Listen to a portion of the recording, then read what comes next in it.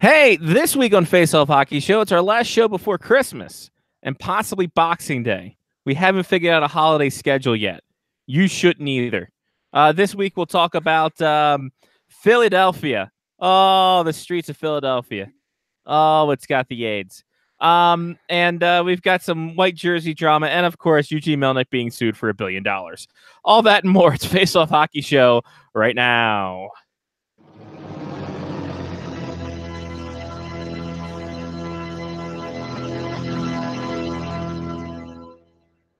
The following program is closed captioned for the thinking impaired.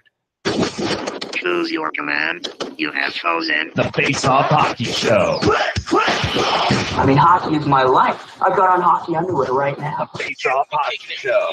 What? With Scotty Waz. Sean O. breakaway. Takes 2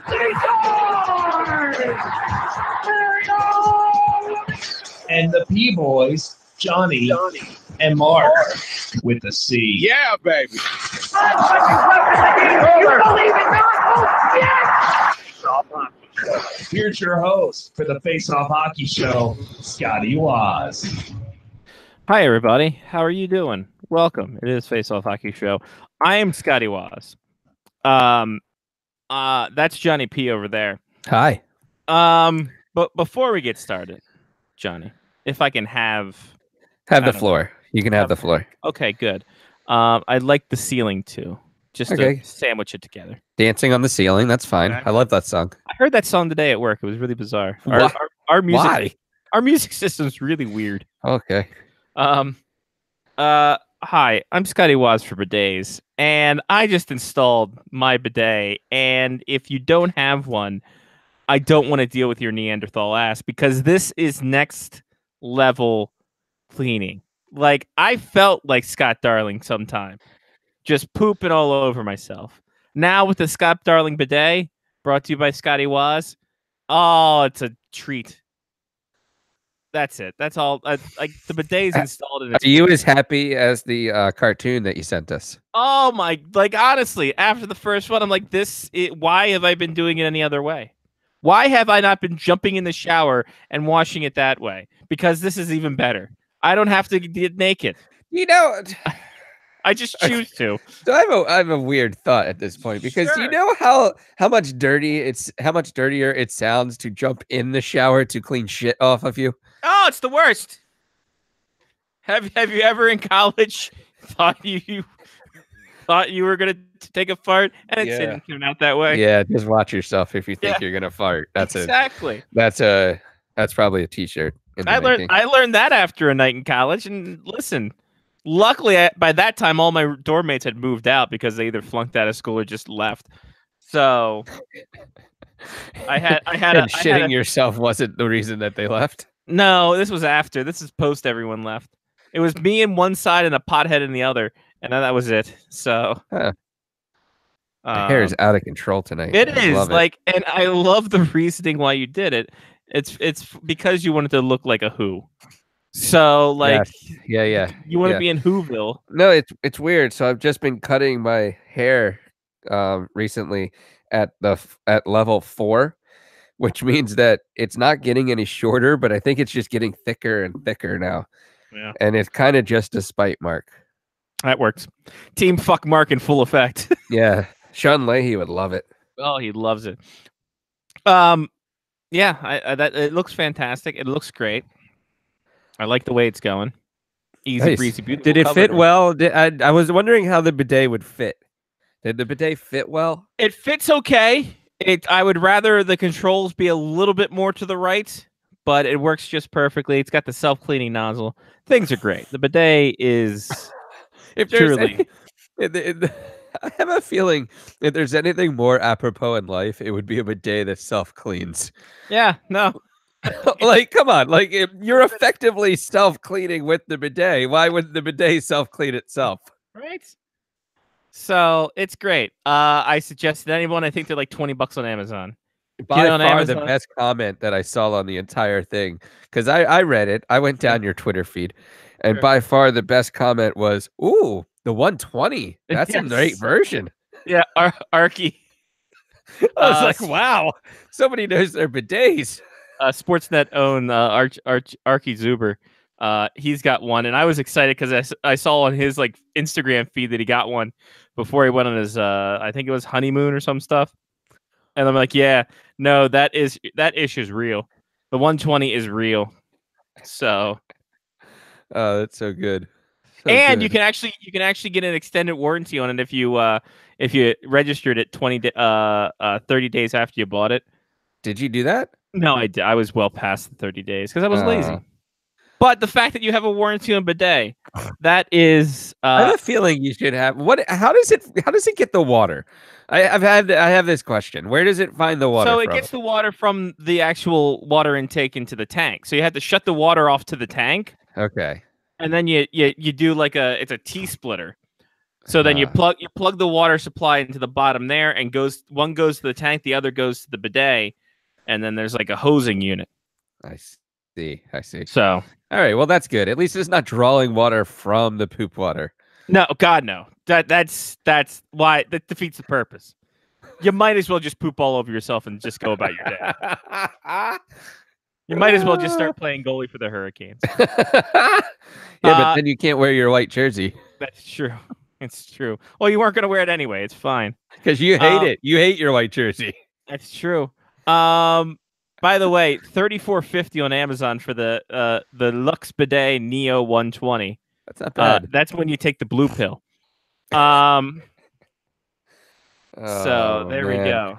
Yeah, I know this bidet is. I know that the Matrix is just telling me this bidet is fantastic, and cleaning my butt. But bidet- ignorance is bliss. This is great. Bidet includes an 18-month full customer service when you register Bidet online. That's fantastic. I had to register it online.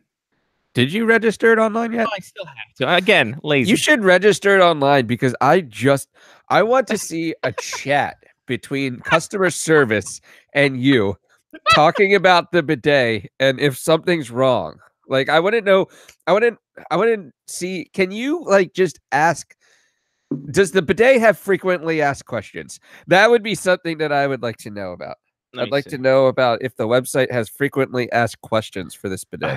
I would love nothing more than to does it have a website? There it is, luxbidet.com. Of course, luxbidet.com. Who would buy that? Why wouldn't you? The regular wow. So the Neo 120 on Lux Bidet original price is $109.98. Mm. But you can get it for a special price of $34.95. That seems a lot. Right? Buy it on Amazon. Oh, there is a fax. There is a frequently asked questions. Okay, On the Lux Bidet. are there some good frequently asked questions? Oh, let me see here. Will the bidet fit my toilet? This is before buying. I There's feel like eight that's a normal question. there's 8 categories. How far does the bidet extend from the side of the toilet? Okay. What is the minimum or maximum water pressure needed for a Lux bidet? Oh, okay.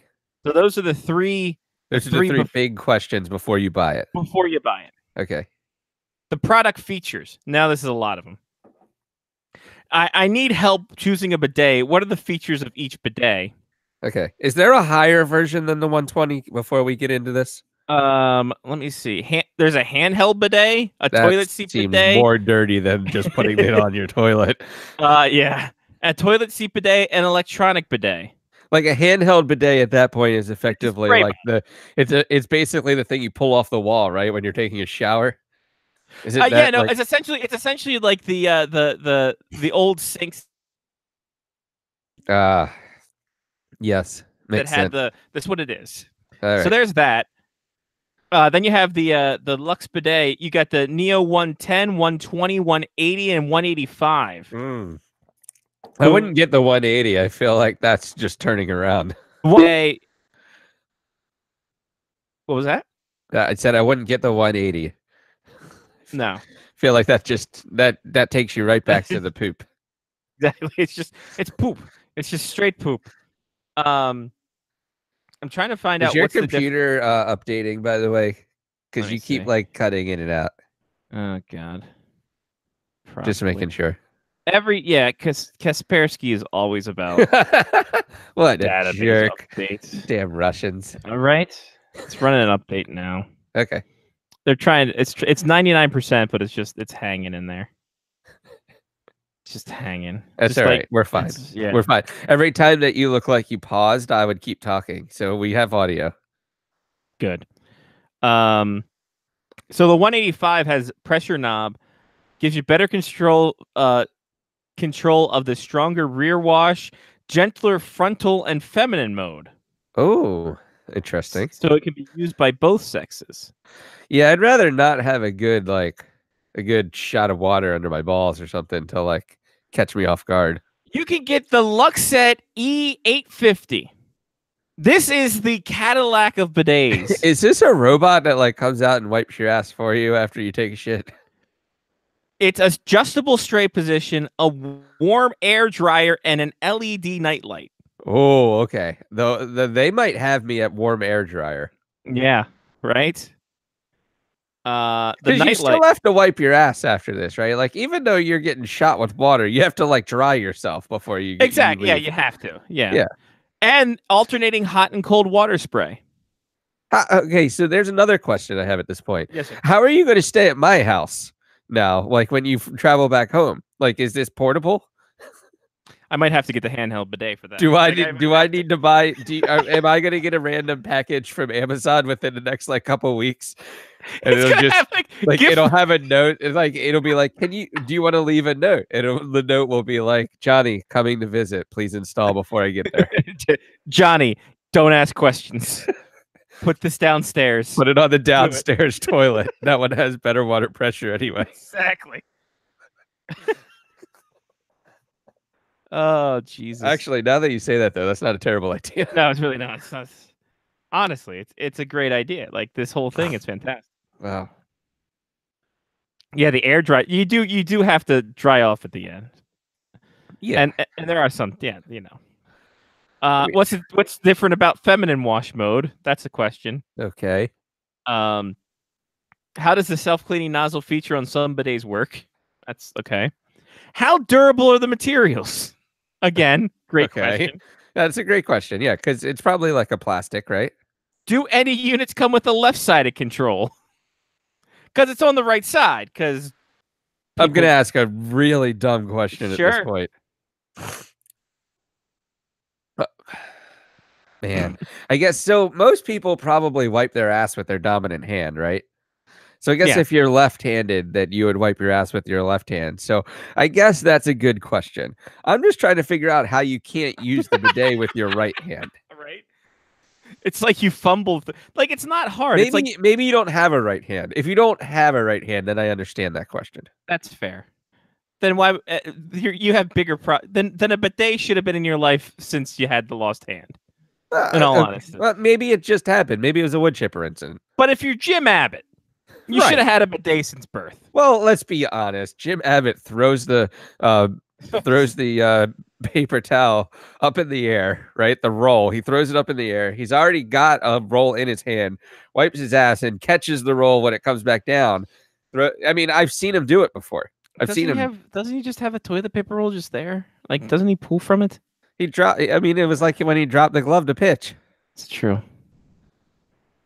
We talked about poop for 15 minutes. This is our show, ladies and That's gentlemen. fine. That is so good.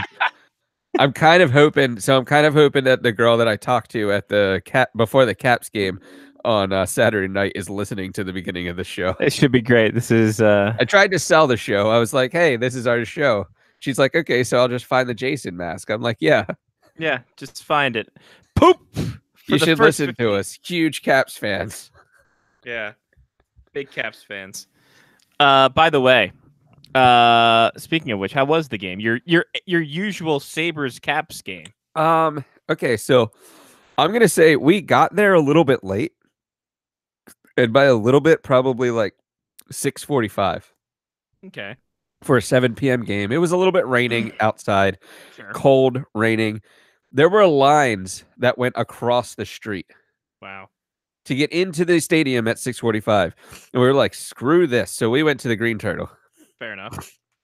At the Green Turtle was where we met Joanna. Joanna is a season ticket holder that lives in Richmond. Wow. Jesus. Comes up to games, and great time, fantastic fantastic woman. She was waiting for one of her friends. And we ate some wings. We had some beers. Nice. And we went in at the end of the first period. By that point, everything was like cleared out. We could get in the stadium. I was like, wow, this is a lot of people. This is a lot more people than I've seen at a Caps game in a while. Hmm.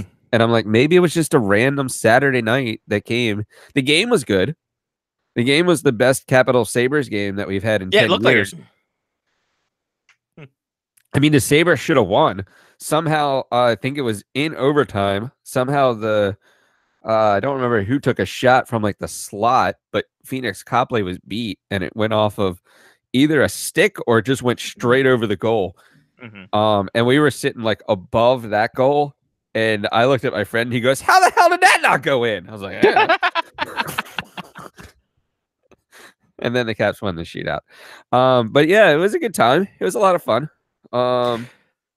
Yeah. Now, do you do you go to Buffalo games because, or is it just? Well, he just- lived in he grew up in Rochester. Oh, okay. So, do you remember when we went to the Buffalo draft? And because I didn't have press credentials, I went out with those girls that like came to the hotel. Oh yeah. Those are both his sisters. Ah, gotcha. Okay. So I met him playing soccer. So he obviously lives in the like Buffalo area. So he grew up as a Sabres fan. Okay, that's cool. So that's why we go to the Sabres Caps game every year. Nice. This was the closest one. There was definitely I'm not even gonna lie. This is how closely I followed the Sabres so far this year. There was Gun Cannon says he's late to the show, and we're already on the bidet talk. This is gonna be a great one. So the shit, I forgot what it's. Oh, so the first goal that the Sabres score. Great move at the blue line, comes in, rips a shot like near side top corner. And and my friend looks at me and goes, "That looked a lot like Jack Eichel, but who's number 9?" I go, "I have no idea. I thought he was 15." No, changed this off season. Then we like looked up on the phone. I was like, "That was Jack Eichel." Like I didn't even realize he changed his number. Look at that. Yeah. No, once Evander But Kane they might left, be good. Like, they are going to. The Sabres are going to be good. And Carter Hutton is playing well. And I think that's a big thing. That I think when we heard Carter Hutton was going to the Sabres, we're just kind of like, oh yeah, here we go again. And no, he's played very well. Yeah. But I think Phil Housley is finally getting a team that actually listens and is actually, buying into what he has to sell. So I think that helps a whole hell of a lot too. Yeah, but that's a fun team to watch. Yeah. I almost talked him into going to Buffalo for the game in February. Which one, probably a dumb idea to go to Buffalo in February, but 2, God, they have such a great goal song. Yeah. So that was part of the weekend. Yeah, didn't do much outside of that. Saturday, I was all over the place. The car got its first oil change. Ooh. So that You take pictures? that got taken care of. I did not. But the best part about my car is that I didn't see the car pull up after they were done with the oil change. I heard it show up. Oh, Jesus. And I was like, "Yep, car's done." Car's done. Here we go. So that was fun. I went over and saw one of my friends and his 2 kids. His 2 kids are nuts. Like the children just run around. At one point, one of them came after me, and I instinctively like picked him up in the air and then choke slammed him on the couch. But I mean, it was fine. It was a couch. He loved it. So then I did it like 4 or 5 more times. And then we hid Easter eggs for a while because we were trying to make them not like be energy filled and be like, let's do this. And we're like, you guys go hide. We'll find you, I swear. Yeah. Jesus. So yeah, a little hide and seek. We hid some eggs in the basement. Then I went to the Caps game. And then yeah. Outside of that, just the smelling thing is still here, which is interesting. It's like 2 weeks in a row now.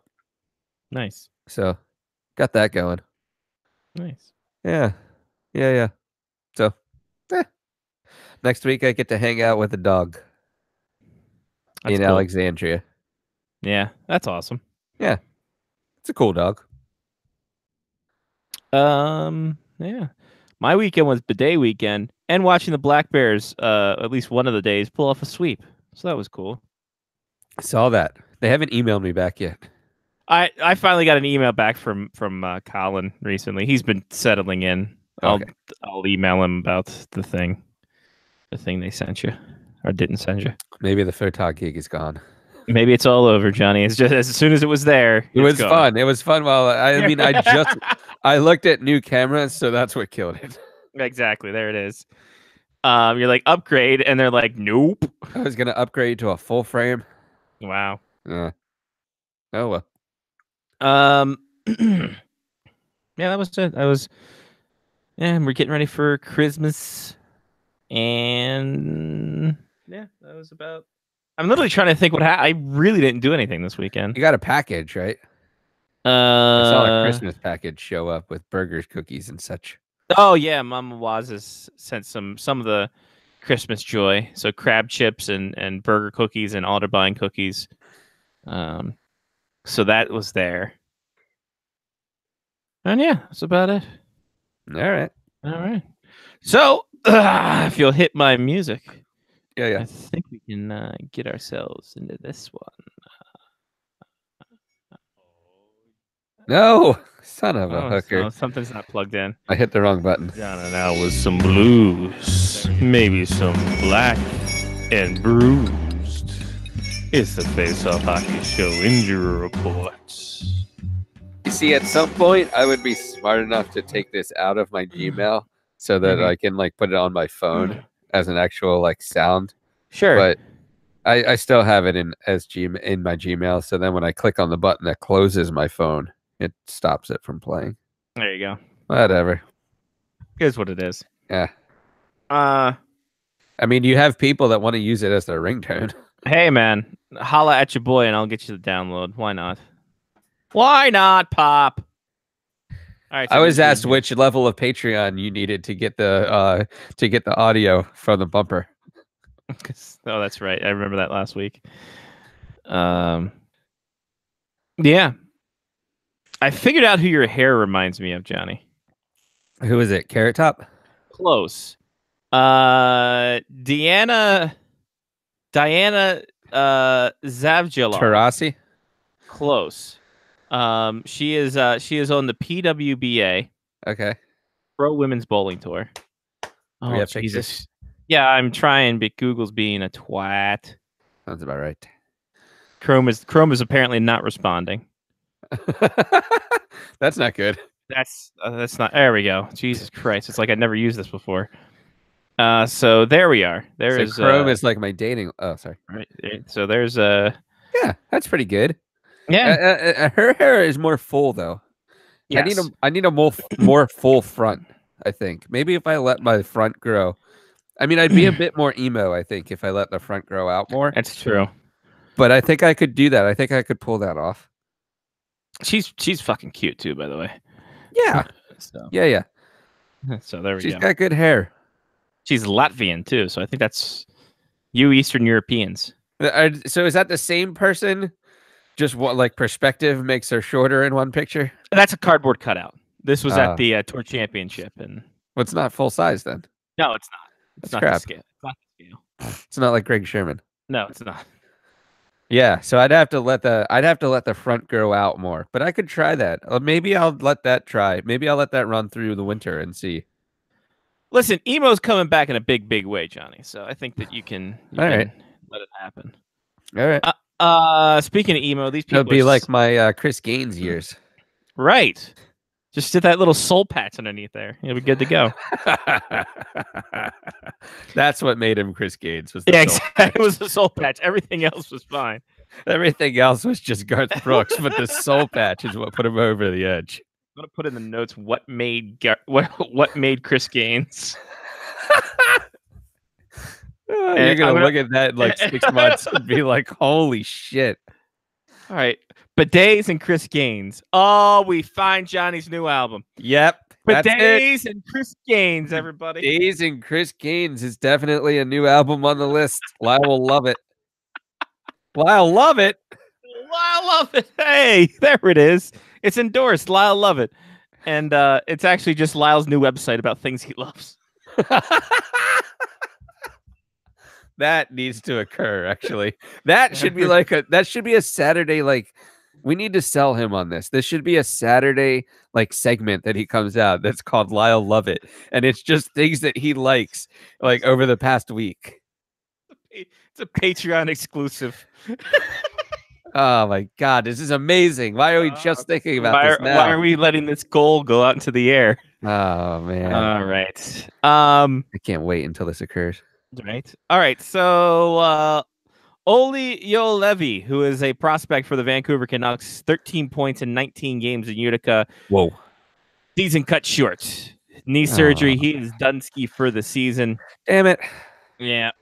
So that's not great. And I mean, he's a young defenseman. He's 20 years old, and they said, yeah, it's probably best that we get this. I think it probably was some kind of CL. Either M, possibly A, maybe a P. Yeah, maybe all three. Corey Crawford. Apparently, the rumors of his demise for the season are greatly exaggerated. He just quote unquote needs time after suffering concussion. That looks bad, though. It didn't look great. It didn't look great at all. Now it's Cam Ward's time to shine. Like, it was almost bad enough that it happened, but you could tell instantly that he knew that it was a concussion. Well, yeah, I mean, the back of the head cranks the post like that, like so much Soulja Boy. Then yeah, he did. It's going to happen. With the hip as well. Yeah. So force from each end. It's like when you have the norovirus. Much like a bidet. Yeah, much like a bidet. And yeah, it was his own guy, just the flying body block. So Corey Crawford, not great for him. By the way, so we've talked about Matt Murray being successful. Rick DiPietro. Mm-hmm. I think we found solace. Rick DiPietro. Corey Schneider is back on the IR with an abdominal strain. Wow. So what Rick DiPietro was to the groin muscle, Corey Schneider is to the core muscles. Mm. Because it seems every bleeping time it's his abdominal strain. Maybe he needs a new diet. Maybe the keto diet will help his abdominals. That's true. Oscar Klefbom, finger surgery. He's out 6 to 8 weeks. Big hit to the Edmonton Oilers blue line. Although Hitchcock has really gotten them going again. Yep. Mike Green, lower body injury. He is 3 to 5 weeks. While Holla, if you hear me, knee surgery. He is out indefinitely. Oh, I can probably drop him from my team now soon. I think so. Alex Pietrangelo of the St. Louis Blues. He's going to be reevaluated after Christmas after following hand surgery earlier in the month. The hits it got so bad for the Blues that they were touting their little puppy that they have getting on the ice and stealing sticks and pucks as a positive sign. So, wow. Listen, when you have nothing, you can only go for what you have. All right, Patreon pick, ladies and gentlemen, boys and girls, children of all ages. Not only do we have Lyle Lovett on Saturday, you know what? It's gonna be amazing. Here's the problem: is Lyle Lovett dead? Is he? No, I think he's riding his horse on his boat. Okay, thank you. Why would it matter? Can we not use Lyle Lovett if he's dead? Well, I want to make sure. I don't want people to actually think that Lyle Lovett, ex-husband to Julia Roberts, would actually be doing our show. So Lyle Lovett, it would depend if he's dead. Trademark is a funny thing. I think it's either 90 years after the content was created or 150 years after the person passes away, or vice versa. So do we have to pause more? Like if we were like Lyle Lovett, then we'd be fine. But Lyle Lovett, you can use his name. No, well, we can. We're not even using his name. We're saying a new thing for Patreon is like every Saturday for people who chip in $1, Lyle does a 5-minute segment about what he loves, and we'll call it Lyle Love It, and we do it that way. Why don't we just call it Lyle Loves It, and then we don't have to worry about it? No, because that's not as funny. That's not the fun gimmick, Mark. No wonder Sean Leahy hates you. It's still a fun play on words. It's not as funny. No. This is why Team Fuck Mark exists. See, I think we should take this to a vote. Everyone listening live on YouTube should vote right now. There's 2 people. Then I'll be the tiebreaker. Lyle can be the tiebreaker. Tie goes to the runner.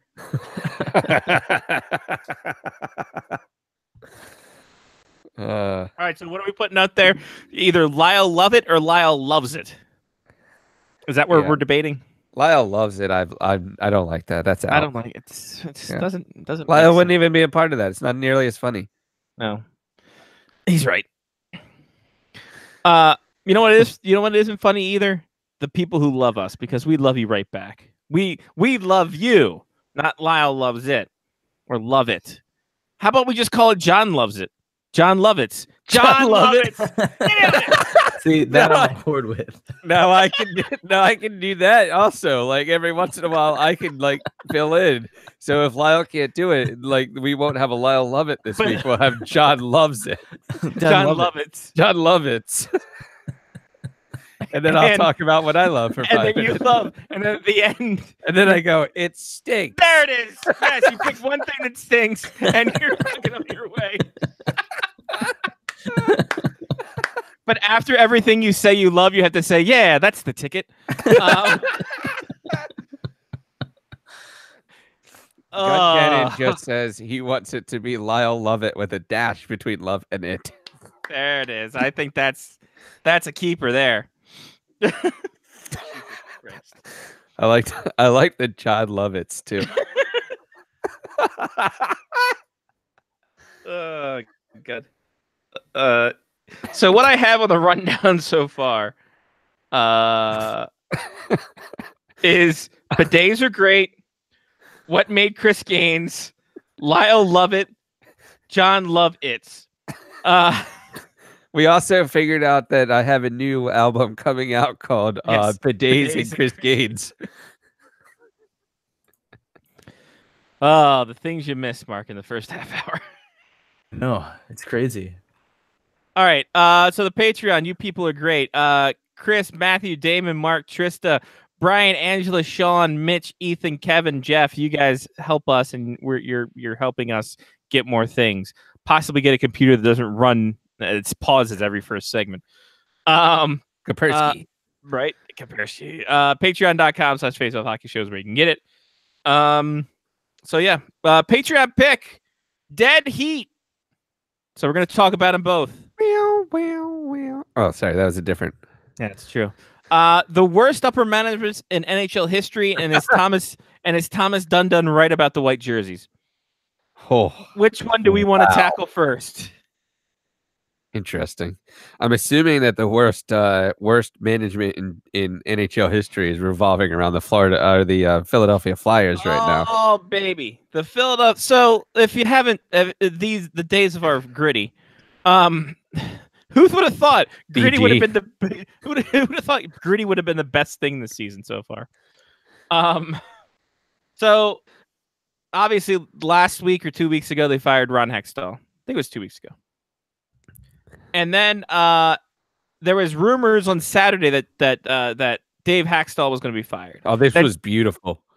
Then Sunday, I think they got shellacked, and everyone's like, "Oh, he's not even going to make the flight home." Well, no, they went down. They double down on it and say that Coach Q had already been hired. Yeah, so there were some sources saying that Hakstol was fired and Q was going to make it. Then Q comes out and says, "I'm not even touching that at all." Not until not even until after the holidays. His mustache never made a comment though, no, so I think that's still out there. Actually, his mustache is his representative, so it made a comment through him. Oh, okay, all right.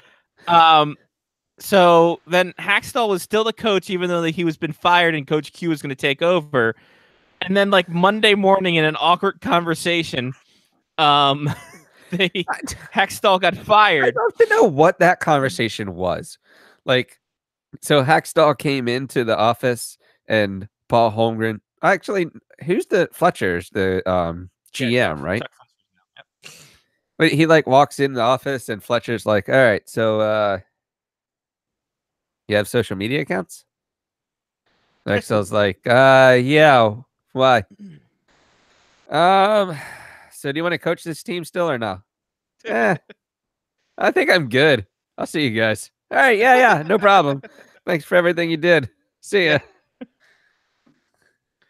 Oh man. Like this is almost Milbury-esque Islanders era just how much of a debacle this has been. Yeah, but wasn't that the Milbury-esque era for the Islanders? That was less like, hey, we're incompetent and we can't deal with shit, and more like, hey, I'm gonna trade away everything we have in the farm. Right? Like that's true. The Flyers haven't gotten that, but just the bungling they've done. Yeah. I mean, I also understand. they don't the Islanders weren't strapped with something called a salary cap. Like they didn't have to be at a minimum. They paid like $20 to 23 players over the season. It was amazing. I would say the closest one we have to this right now is like the Avalanche from like 4 years ago or 5 years ago. Oh, that's a good one too. Oh no! But like no one had any idea who was actually running the team. Well, how about the Tampa Bay Lightning? When their new ownership, when OK Hockey was there. You mean Saul came in? Yeah, when it was Saul 7. And then no one saw Stamkos because Barry Melrose made him a healthy scratch. Wow. Yeah, that's good too. But I blame that one more on ownership than I think on front office. Brian Lawton was the GM. That's true. All right, you win. That was pretty bad. Point taken. Mark, you have any to chime in on? No. Okay. That's why broadcasting school's really paying off for you. Dynamite drop in. He's not the best third mic in podcast world for nothing, folks. Yeah. I've got demoted over the years. I'm just lucky to be still called a host, I guess. Am I still the engineer? That's because you're the body of Christ. Listen. No, that's Luke. Oh. I'm Mark. Robitaille? Oh. We got a John already. We do. True. We do have a Michael too. We did. I forgot about that. I talked to him this week. Oh, Yeah. please. Yeah, he sent me a text and was like, "Hey, like we should hang out at some point soon." I think that was like 2 or 3 weeks ago. And I was like, "Okay." So I got a Christmas card from him. So I was like, "Oh, check that out." And I didn't remember where I don't remember where Christmas cards are come from. I just kind of rip them open and I like Usually put the the Christmas mail. card in. Yeah, so I'm staying down watching the dog this weekend. So I was like, "Hey, did you say that you live in Northern Virginia?" And he's like, "No, Silver Spring." I was like, "Oh, okay. Well, I'm gonna be in Northern Virginia. So I didn't know if that was like close to you or not, that we could like hang out at some point." He's like, "It's not far." Never heard a single thing back. I was like, did your phone break? like mid conversation? He still has the old Nokia, so he's still tapping in the reply.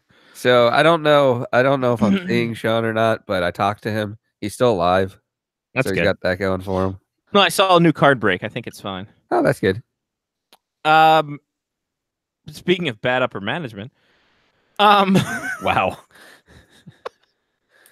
Anyway, I want to say the Harold Ballard Leafs. Everyone seems to hate. Everyone before there was a players' union, I think, He's was the just worst bad upper Ballard. management. Yeah, He is. one of the He worst really is the Ballards. he's not Jay Ballard. Nope. Or Jeff. Jeff Ballard, yeah. So that was a thing. We'll get Lyle's take on it because I'm sure he has a lot of bad upper management stories. Yeah, he probably has some better stories than we do because we were kind of young, I feel like, in the the period of life where it was like, oh, yeah, we're putting together a hockey team. Yeah, how much money you got? Yeah, the owners aren't trying to screw the players out of house and home. Now they're only partially trying to screw them out of a second house. Right, and a sports car. Yeah. So let's get to the Thomas Dundon stuff. Oh God, We should just make this a weekly segment. it's just 3 weeks in a row now. Kind of is. I I might have some Thomas Dun music. don't know if we could. If we just use the two sounds, just the two sounds, is that copyright infringement? It's less than 20 seconds or whatever. Or Right. are those two things? Those I think trademarked? that chime is copyrighted. I feel like that's copywritten. I think you're right. This isn't. Oh. Dum dun dun. Dum dun dun. Dum dun dun. Dum dun dun. News. I don't know like, how I don't know how that's never gotten See, but flagged by but- Strong Bad. But I feel like those guys love the fact that we're bringing it back because tend to forget about them. So they're just happy someone still has it on their phone. Yeah. So this is from Pierre LeBrun from last Thursday, because the Canadians played the Hurricanes in Montreal, and the Canadians were wearing their whites as a traditional, or not traditional, because the home whites wasn't a thing until 1970 something. The Pierre LeBrun says, word is the Habs are wearing their white sweaters at home at the request of visiting Carolina. The Hurricanes try to wear reds whenever possible. Word is Carolina owner Tom Dundon not a big fan of their whites. So here, all right. So they played. I'm gonna say he has a point. They are pretty shitty, but he should have been able to figure this out before the season. That's true. Like, talk to Adidas, be like, "Hey, can we get other white jerseys?" Oh, Johnny. Here's Or the maybe problem. go No, like light no, gray. No, here's the Are problem. you They allowed could- to wear they colored could- jerseys Yes, you at, can. at home? Like, can Yeah. you wear a light colored jersey instead of I a think white jersey? I think you can, as long as it doesn't clash. Because I think you can wear a gray jersey, like a silver jersey against. Well, I'll put it this way: the Ducks played the Hurricanes, and the Hurricanes were wearing their reds in Anaheim, and the Ducks were wearing their blacks. So it doesn't clash. Yeah, that's fine. So the problem was, Johnny, they tried to do that, but Arizona State almost sued them because they had exclusive gray. Oh, well, that's the reason. There's the reason.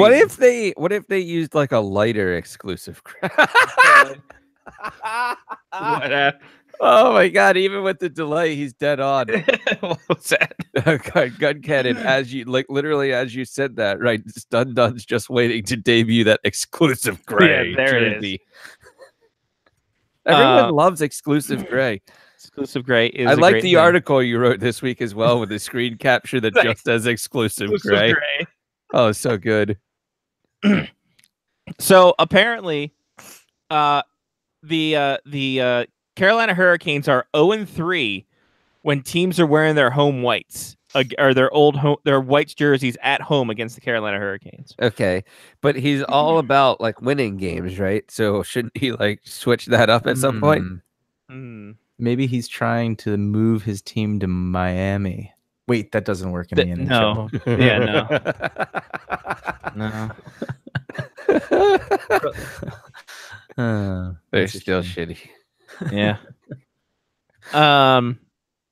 Yeah. So, but the question is this: like, at what point and what color palette do we start saying, yeah, maybe we can go ahead and just have two?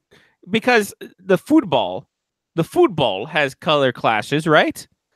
Yeah, I think we're in a day and age with HD TV that two colored jersey sets can be on the ice at the same time with a white background everywhere else. I don't see a problem in that at all. I would say that one color has to be lighter than the other color, though. Right. Mm-hmm. I mean, I wouldn't go like black and like gray. I try to have like a yellow in there, maybe.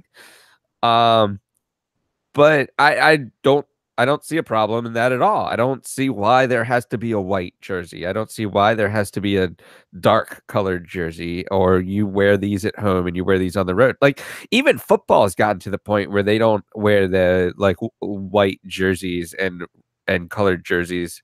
Basketball, I know, doesn't. Yeah. So I feel like we've gotten to a point with HD television that it doesn't matter anymore. It used to make sense, right? especially in days of black and white TVs, you had to have a contrast between the two teams. You just don't Right. need it anymore. You don't have to have that. And that's the only reason why white jerseys came into play is because of the black and white TV. So let us look at, thanks to our friends at NHLuniforms.com. If you have something you want to talk about uniforms, go to NHLuniforms.com. They got you hooked up. So here is the color palette for the NHL this season. As we scroll down, it looks like we have enough to go ahead and battle. We can do clash jerseys. So the only thing that the only thing as like a former referee that I wouldn't go with is like the Kings gray jerseys against the Ducks black jerseys. You know, like they're like super close to each other still. Sure, where's Anaheim? Up here. So yeah, that's kind of close. How about, if I may, the Kings gray jerseys against the Golden Knights gray jerseys? That would be confusing.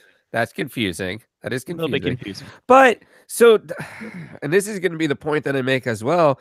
Soccer has a rule that says that the home team changes jerseys if there's a clash, but they also talk about this before the game.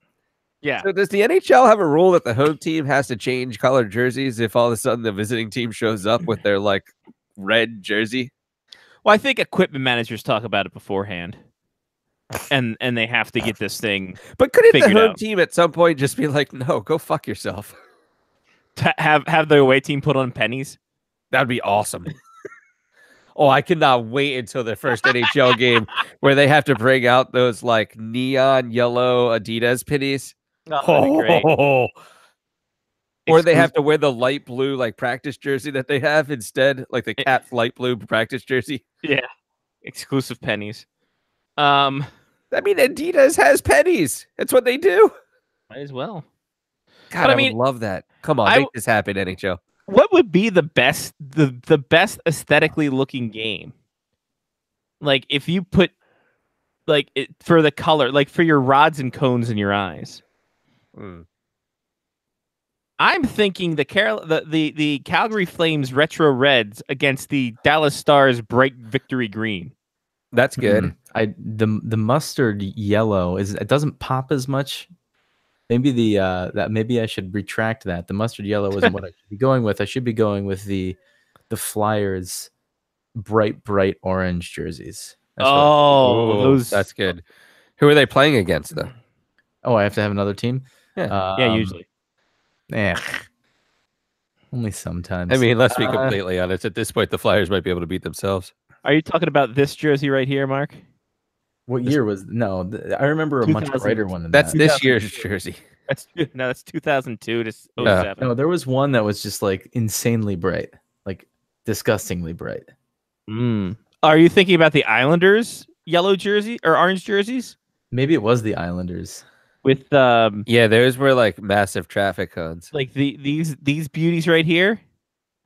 It might be them. That might be them. That might be what I was thinking. Because yeah, big old Alexei Yashin there wearing the popping orange. I feel like the Blues had a very vibrant blue at one point as well. They have one this year, right? They Isn't did. their Well- throwback jersey pretty vibrant this year? Yeah, they're this is the throwback that's jersey. the one. That's This one that's up top? a blue. Yeah, that's a nice blue. I always like the Blues jersey. Yeah, I do too. It looks it's a classic. It's a classic look. It's the modernized retro done well. See, to me, that throwback Blues jersey versus the red throwback Capitals jersey would be like the perfect game. Oh, that would be nice. Which the Caps are wearing their throwback reds tonight. Oh, nice. But that's like a good clash, a blue versus red. That's like life. Mhm. You're either a blue or you're a red. And remember, a blood or a crypt, right? Remember the Big House game. The Detroit Red Wings had reds on, and the Maple Leafs had blues on. So that was a nice aesthetically looking game. I always go back to Sabudio. They gave me a red team and they gave me a blue team. There you go. Susudio. Right. Anyway.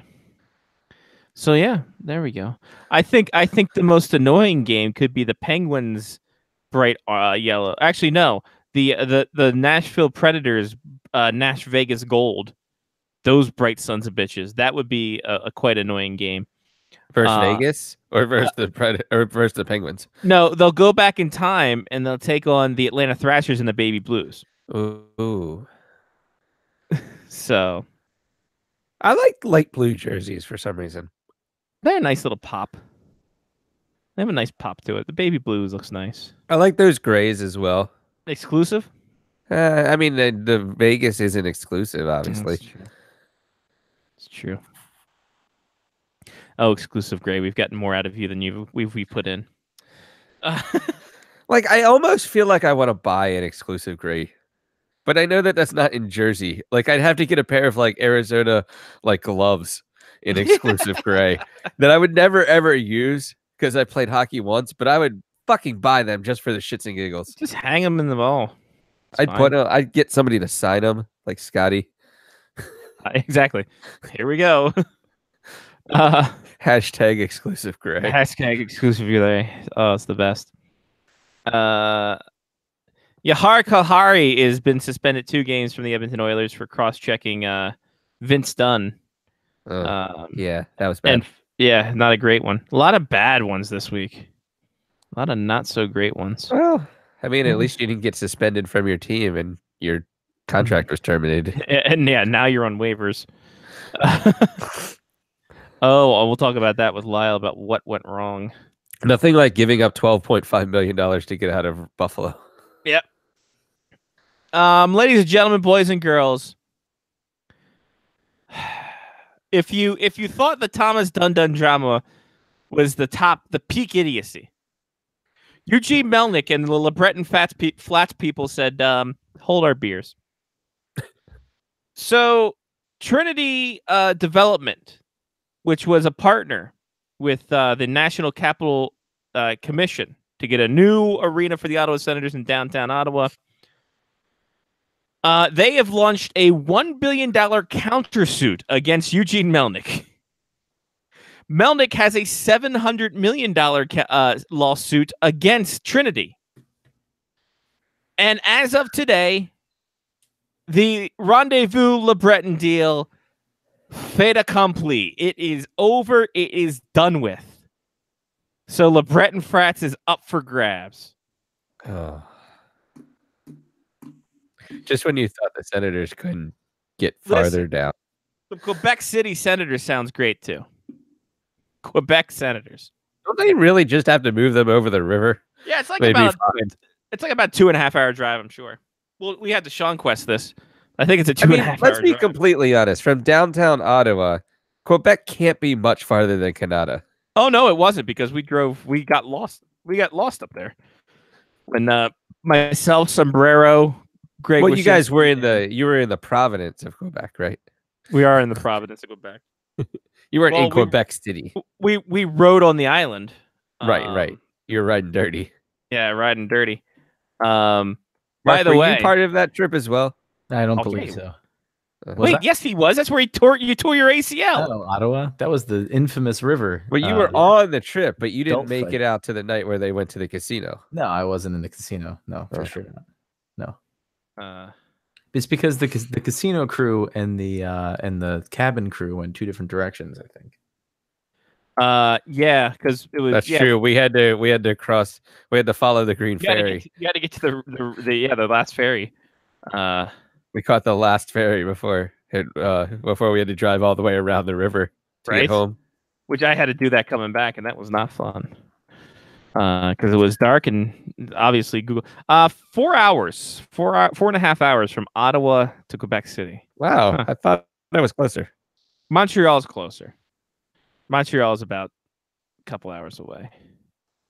Montreal is a 2-hour drive away from Ottawa. I was thinking the wrong Quebec area. So, shout out Eugene Melnick.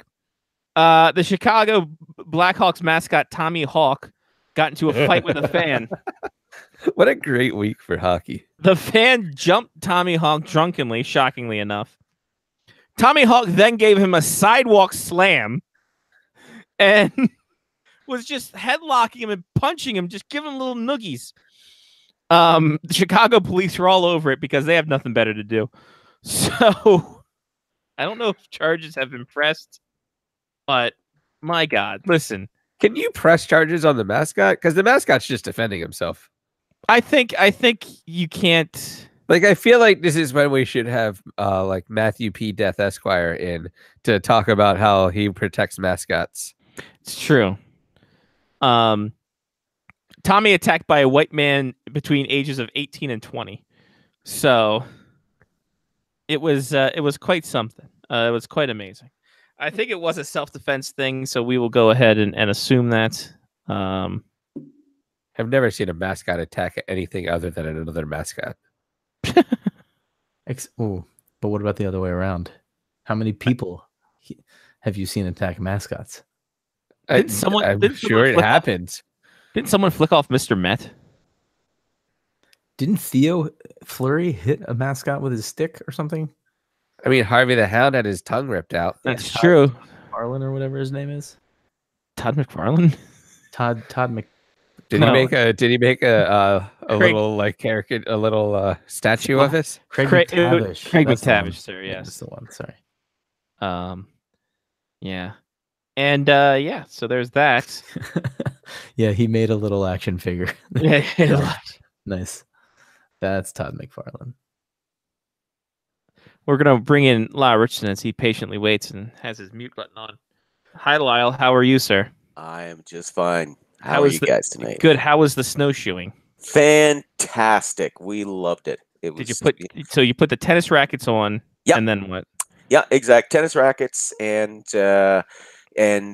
old yardsticks, which we magically found somewhere to use as poles to walk Nice. along. Yes. You mean Polish people? When you say Poles, do you mean Exactly. Polish people? Exactly. By Polish people, of course. That's Which exactly- end of the tennis racket is in front of you? Is it like the fat end is in front Oh, of the you fat and then end's it in goes front of straight you. back? Yeah, no, the Yeah, fat. yeah. The fat end has to be in front of you. Gotcha.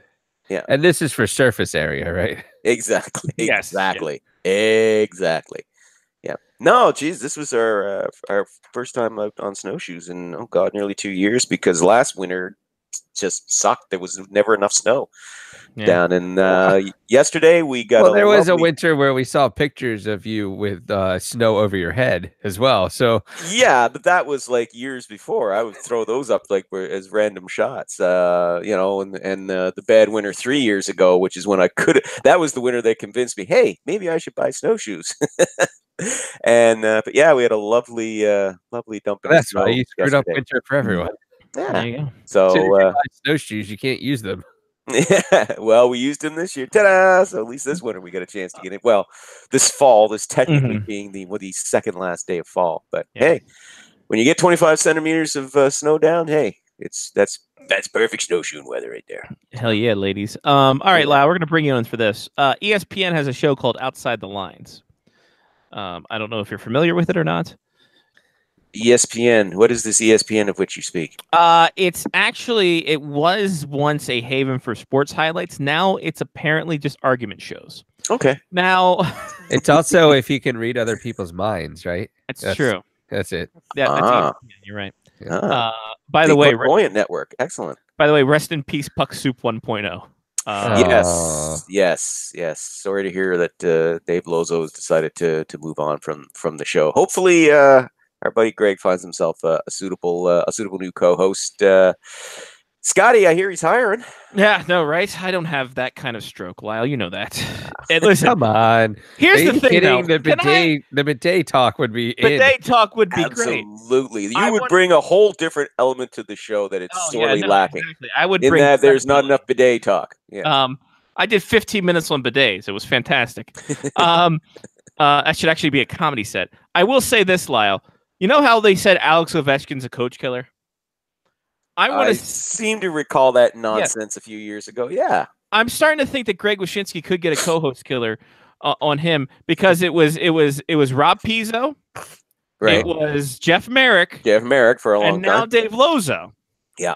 So I'm thinking Greg Wyshynski podcast co-host killer. Yep. I think we should get shirts made. Absolutely. Is that because he doesn't Hashtag. pass the puck enough? He might not. I don't know. We'll ask Sean Leahy. Sean Leahy. Sean Leahy.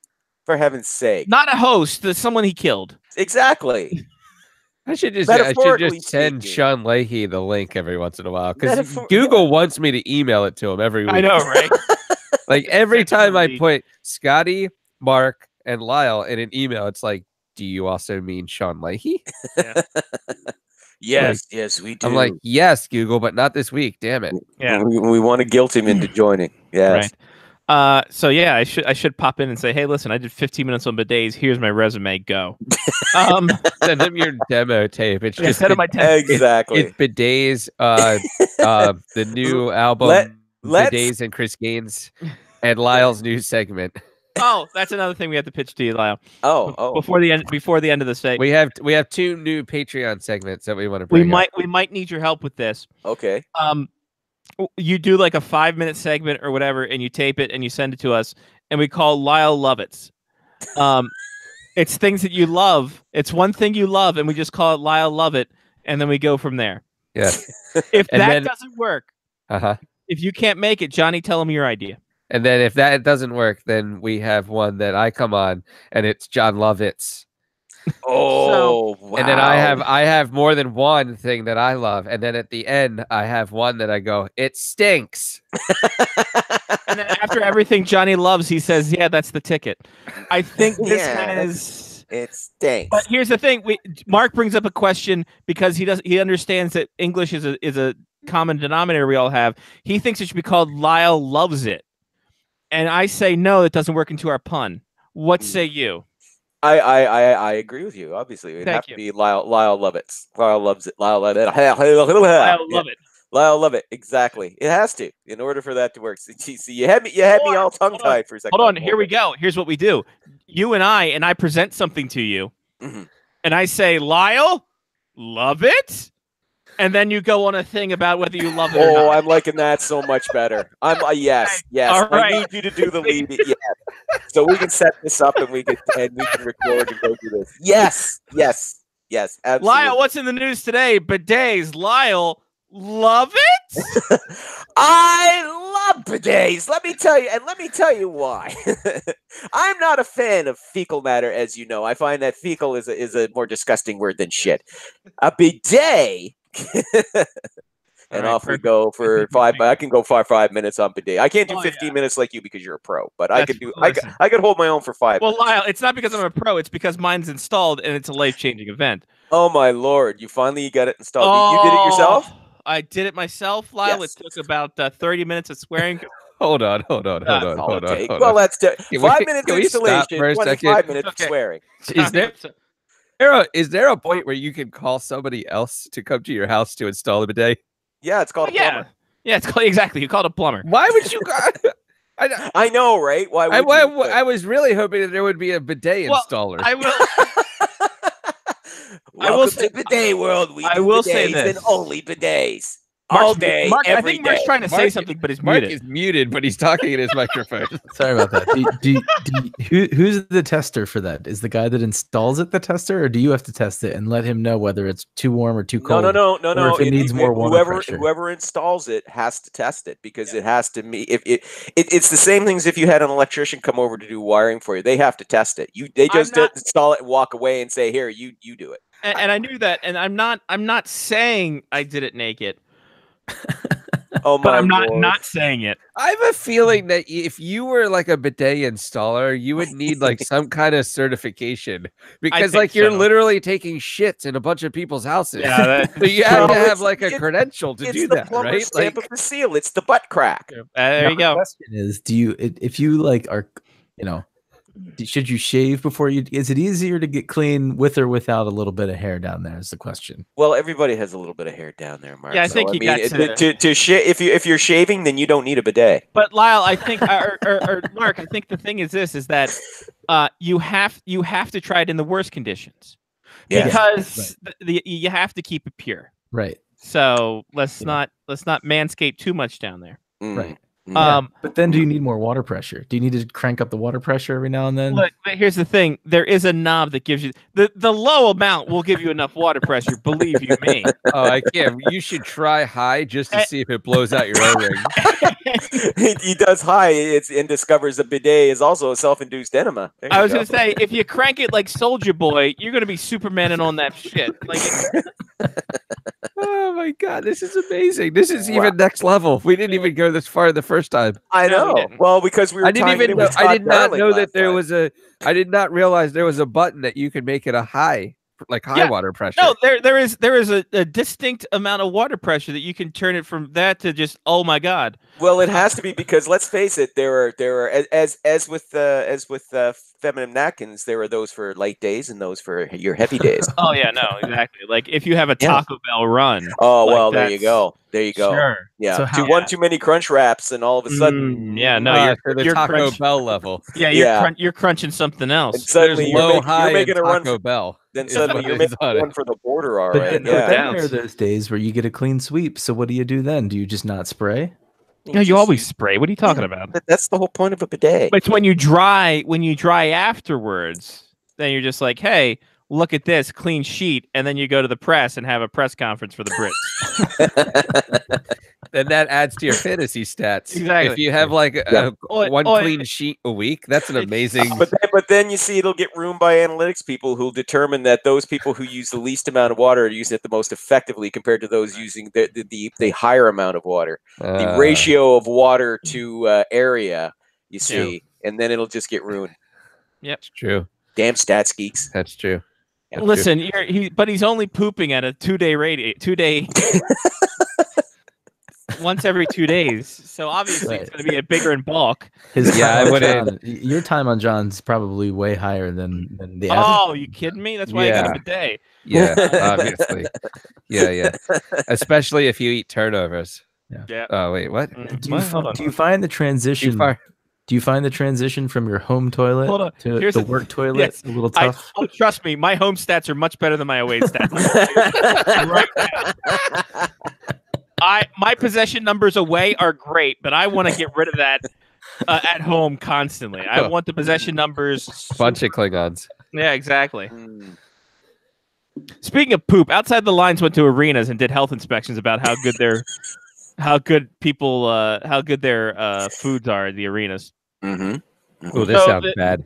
Yeah, the three best, that had highest violation rates. Ah, okay. The highest. So they're not really the best; they're the worst. They are the worst. The best of the worst is what you're saying. So the three worst were the Spectrum Center. Sounds about right. 92% of violation. Now, the Spectrum Center I had to look up. It's not the Spectrum. No, the Spectrum is dead. It's long dead. Yeah. So the Spectrum Center is, and in this day and age where no one knows where it is actually in Charlotte. So it's the Charlotte Hornets. Ah. Arena. Oh, interesting. Okay. At Ew. I was definitely calling out Philly with my comment. Yeah, you really were. At 86.11% was the Palace of Auburn Hills, which is now closed. Mhm. Yeah, that's Detroit. because of the Hold rumble. on, what does 100% mean? It means- 100% means full on fecal matter. Yeah, essentially, you're just eating poop. The entire arena was constructed with Right, it. Yes, exactly. it's the It's dung Adobe. arena. Yeah, It's a dung adobe constructed by dung beetles. I'm led to and at understand. 83.08%, American Airlines Center, home of your Dallas Stars. Oh, which would explain why they suck on toast this year. Exactly, which is why I ate the catering and Mm. somebody else brought it in. Ah. The lowest violations, Oracle Arena in Orlando. I believe it's in Orlando. No, Oracle Arena's in San Francisco. It's where the Golden State Warriors play. 1.12% of violation. Oh. Damn hippies. Mm. right? Well, it's all natural there, man. Yeah, exactly. Granola, baby. That's all they sell. Mhm, It's exactly. hard to violate that. And State bidet, Farm, everybody has a bidet, an individual bidet at every seat. State Farm Arena in Atlanta was second lowest, 4.17, and NRG Stadium in the old Houston, the Astrodome Ah. is there. So that's where the Texans play, of course. So 4.44. Venues that didn't have enough data. Capital One Arena. No inspections were completed in 2016 and just 6 in 2017. Oh, that's not good. That's why we ate at the Green Turtle. Yep. The Toyota Center in Houston, the Mercedes-Benz Stadium in Atlanta. Well, that's brand new. And the Bell Center in Montreal, Quebec. The health department only provided 7 reports, of which 5 were routine inspections and 2 were in response to complaints for 2016 and 17. Wait, time out. Hold on. Why are routine inspections not counted? Isn't that the whole point of a routine inspection? But Lyle, as Lyle and I would probably tell you, in Montreal, routine inspections are just to get the money. Yeah. To get that hush money. It's a whole lot of corruption there in Quebec. Quebec proudly wears allegedly. Oh, who are we kidding? They proudly wear the mantle of Canada's most corrupt province. I'm sorry, but they do. Every damn decade, it's one level of corruption or another in one city or another. Sorry, but it is. So the types of violations outside the lines put up: temperature, employee-related issue, pests or bugs, poor condition of food, equipment failure or problems, and other. The Bell Center still makes the best hot dogs ever. Oh, yeah. Well, allegedly. No, allegedly. Oh, okay. No, allegedly. If you were... I mean, do we know what's in the hot dogs? Since 1995-96. Do we want to know what's in the hot dogs? Of course not. So... the bodies of exactly. The bodies of those people doing investigation into corruption. Anyway, moving on. NHL... Of all the 117 arenas that were tasked, 1, 2, 3, 4, 5, 6, 7, 8, 9, 10, 11, 12, 13, 14, 15 in the top 50. So almost half the league in the top 50. Well, that's pretty good. The arena with the lowest percentage of issues. We'll go around the horn here. Uh-huh. Lyle, starts you off. What do you think the best arena food, or with the least amount of violations? I'll say it that way. Let's not say best arena food. Yeah. Least amount of violations. The least amount of violations. I'm gonna go with what's the name of the Vegas Golden Knights arena? The MGM one. At the M. What is it called? T-Mobile Center. T-Mobile, thank you. Yeah, MGM. Yeah, close. Should be owned by them, shouldn't it? Though should be called the MGM something. Yeah. The whole city should be Caesar's Palace or something. Yeah. I don't know. So Lyle says T-Mobile. Mark. They really missed the boat not calling it Little Caesar's Palace. Yeah. That's what it should have been. In Detroit. Exactly. Detroit's new. Let's see. I'm gonna go ahead and say that Colorado's arena probably has pretty a low amount. Is it still called the Pepsi Center? I think it's still called the Pepsi Center. They change the damn name so often. I hate that. So I'm gonna go with. It is still the Pepsi Center. Good. Okay. All right. So T-Mobile, Pepsi Center, Johnny. I think I'm gonna stay out west. I'm gonna go to Arizona's Jobbing.com arena. The Gila River there to eat the food. Johnny, yeah, exactly. Johnny, the closest. That was number 2 of the NHL. Ooh, nice! Wow. It's certainly uncontaminated by fans. Dear. Winner. The violation: food too cold. A tray of hot dogs measured at temperatures between 104 and 122. They were reheated to 135. That's below temperature. I guess 135 is what it needs. Brown matter. On August 3rd, 2016, inspectors found an accumulation of brown matter on soda nozzles. Oh, that's never good. And then food too hot in October 29th. Never find that at Scotty's house. Nope. I am Scotty Waz for bidets. On October 29, 2016, inspectors found containers of salsa, shredded cabbage, and shredded cheese sitting out at temperatures around 50 degrees when the requirement is 41 or below. So too hot for the food. The number one answer. Throw up the rock. Prudential Center. 7.69. That's just because it's in New Jersey. I thought that too. Best. No, Lou Lamoriello had something. But hold on. He's not there anymore. I know. Mouse droppings were found on December 14th, 2017. Oh. Shouldn't that automatically disqualify you? Yes. As an arena or just in general? Also, in November 4th, food handling violation. So they must. That could mean anything, though. Yeah, the people Yeah. had to take food handling classes. So the Whoa. top 10. 2, 3, 4, 5, 6, 7, 8, 9, 10. All right, top 10. The Rock, Gila River Arena. Number 3, United Center in Chicago. Number 4, the BB&T Center in Miami. Again, not contaminated with people. Mhm. Then the Bell MTS Place in Winnipeg. Ah. The Key Bank Center, which I believe is Buffalo. Yes. Yes. Honda Center in Anaheim. Okay, that one hasn't changed. TD Garden in Boston. Mm-hmm. Madison Square Garden. And Rogers Arena. Ah. There you go. That's your top 10 NHL ones. Those are your cleanest NHL venues. I don't buy MSG. Don't buy it. They MSG's just running it. renovated it. Yeah. Yeah, they did. So they had to get all the bugs scurried somewhere else. They'll be back. And they don't stage the circus there anymore, so you don't have all that horse and elephant poopy. 1, 2, 3, 4. Bottom 5. Give me a bottom 5. Bottom 5. We are all right. Bottom 6 because we know American Airlines Arena is the Bottom worst. 6. Yeah. So taking that out of the equation. Okay. So among the worst. Okay. Saddle Dome. All right, Saddle Dome, Johnny. These are the worst. Yeah, pick one you would think being the worst that doesn't include Dallas. So the 5 after Dallas.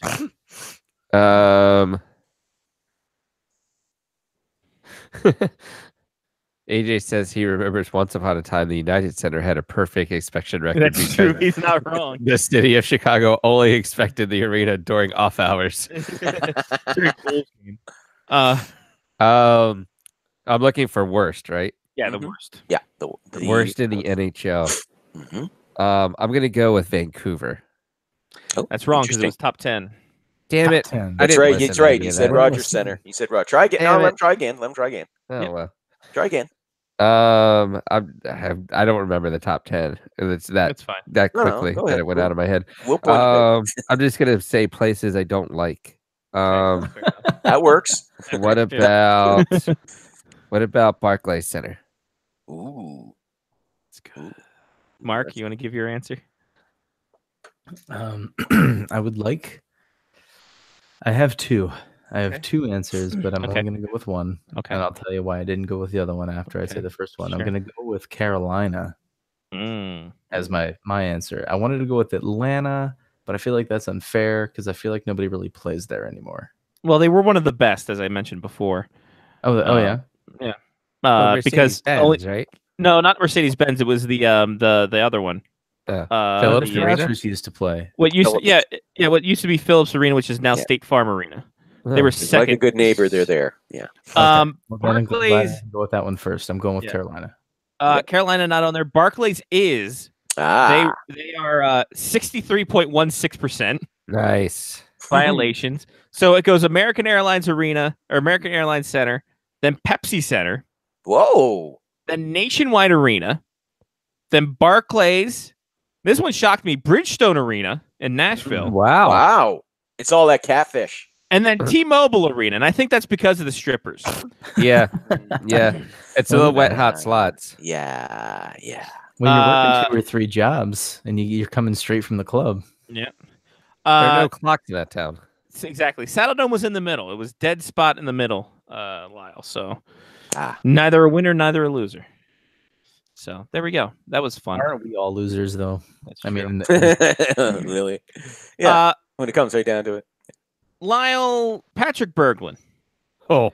Boy, howdy. So suspended for failure to appear, now on unconditional $1.25 waivers. Can we purchase him for the show for $1.25 or $125? I think we got that in Patreon money. Yeah. Man, it's going to be really interesting to find out what the whole story is. I was going to say, what happened? Well, I think this goes all the way back to the last summer when the story I read, I hope I'm getting this right, is I believe his agent screwed up by not submitting his updated list of no trade destinations, which is why he was dealt to Buffalo.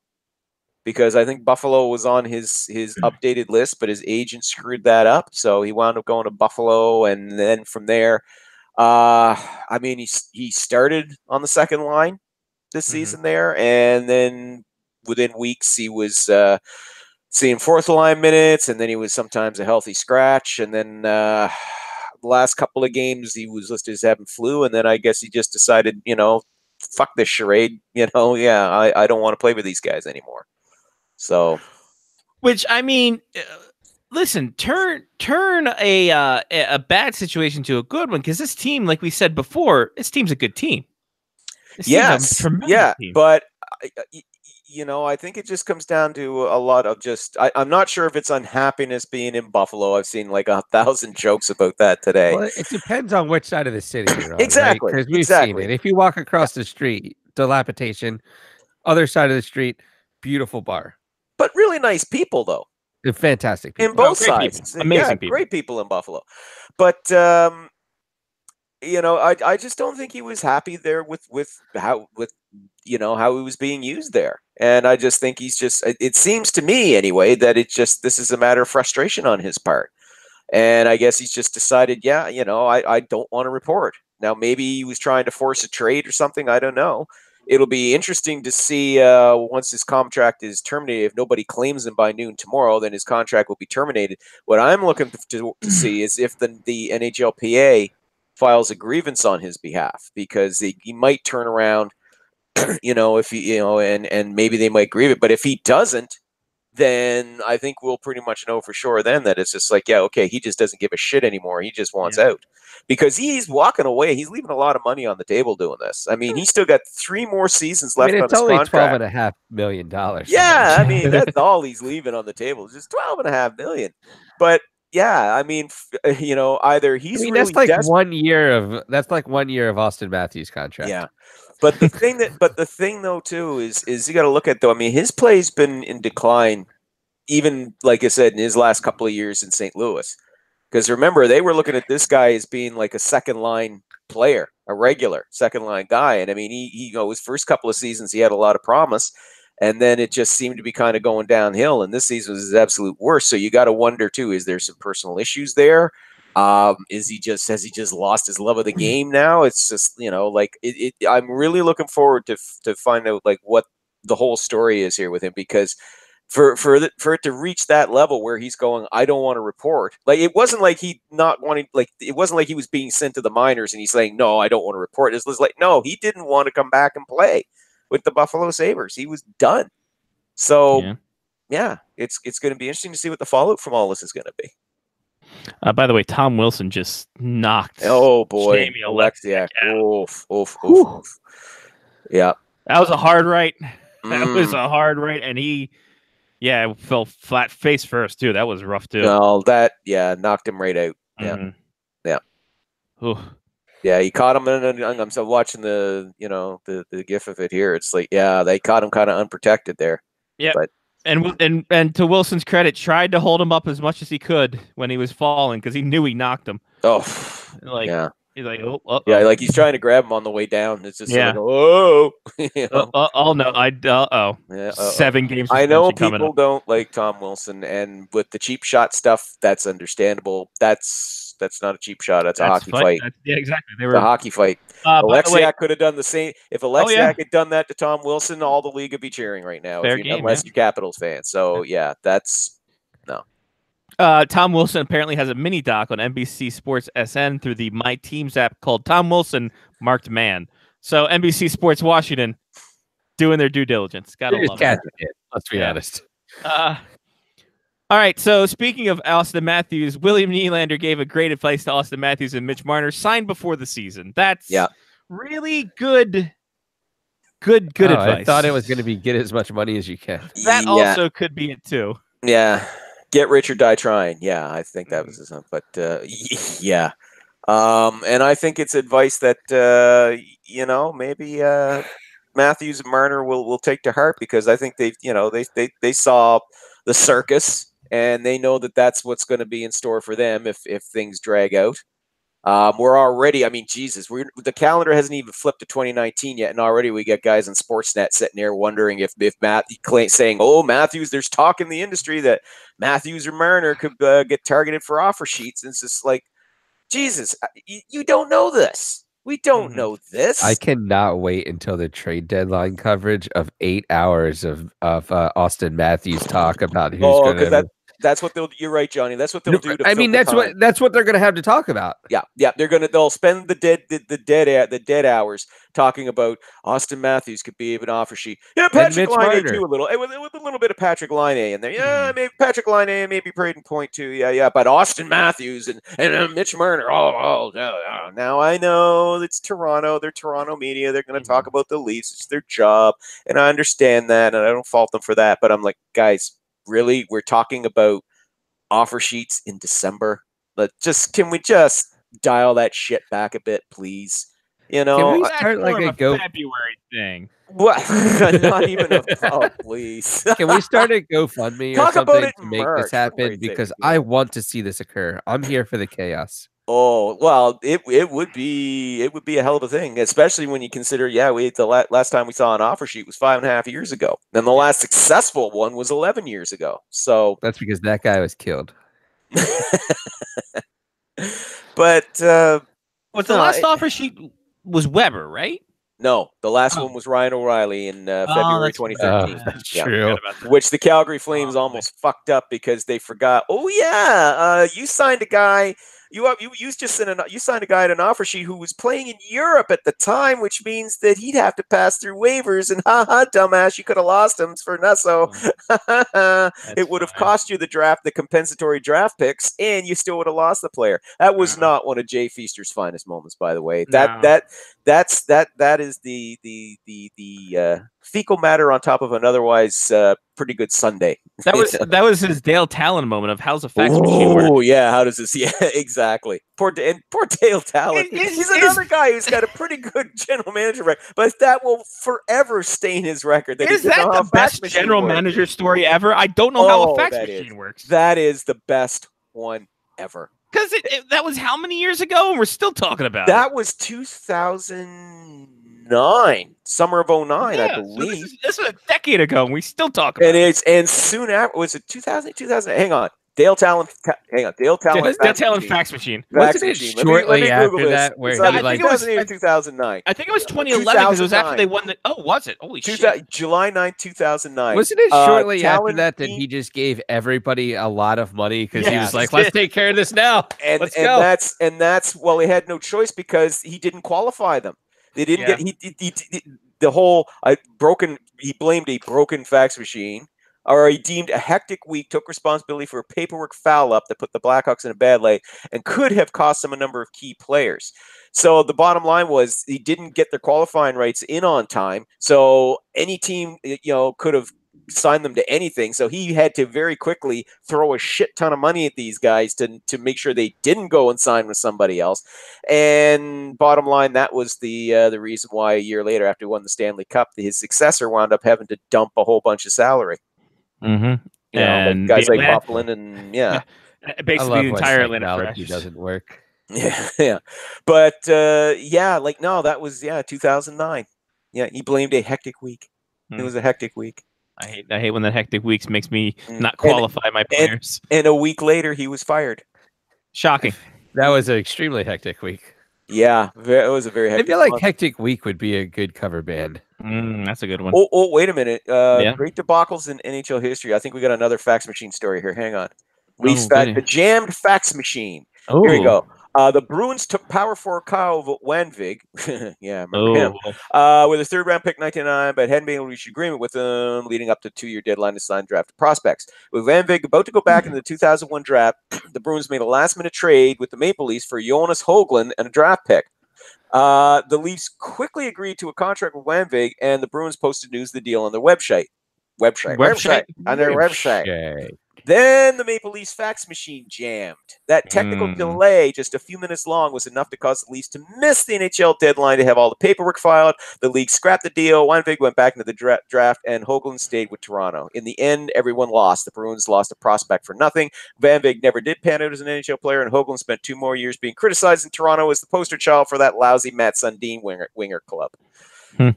Yeah.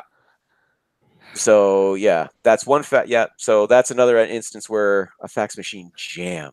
And I think, if memory serves, way back when, about 20 years ago, when Chris Gratton got an offer sheet, I think wasn't that a case of a fax machine jamming there too, and a deal almost got. But I think the deal was allowed to go through because of the technical foul up. I think. Because it was I the have a mid feeling 90s. that's when you go Office Space on that thing. Like that's justifiable.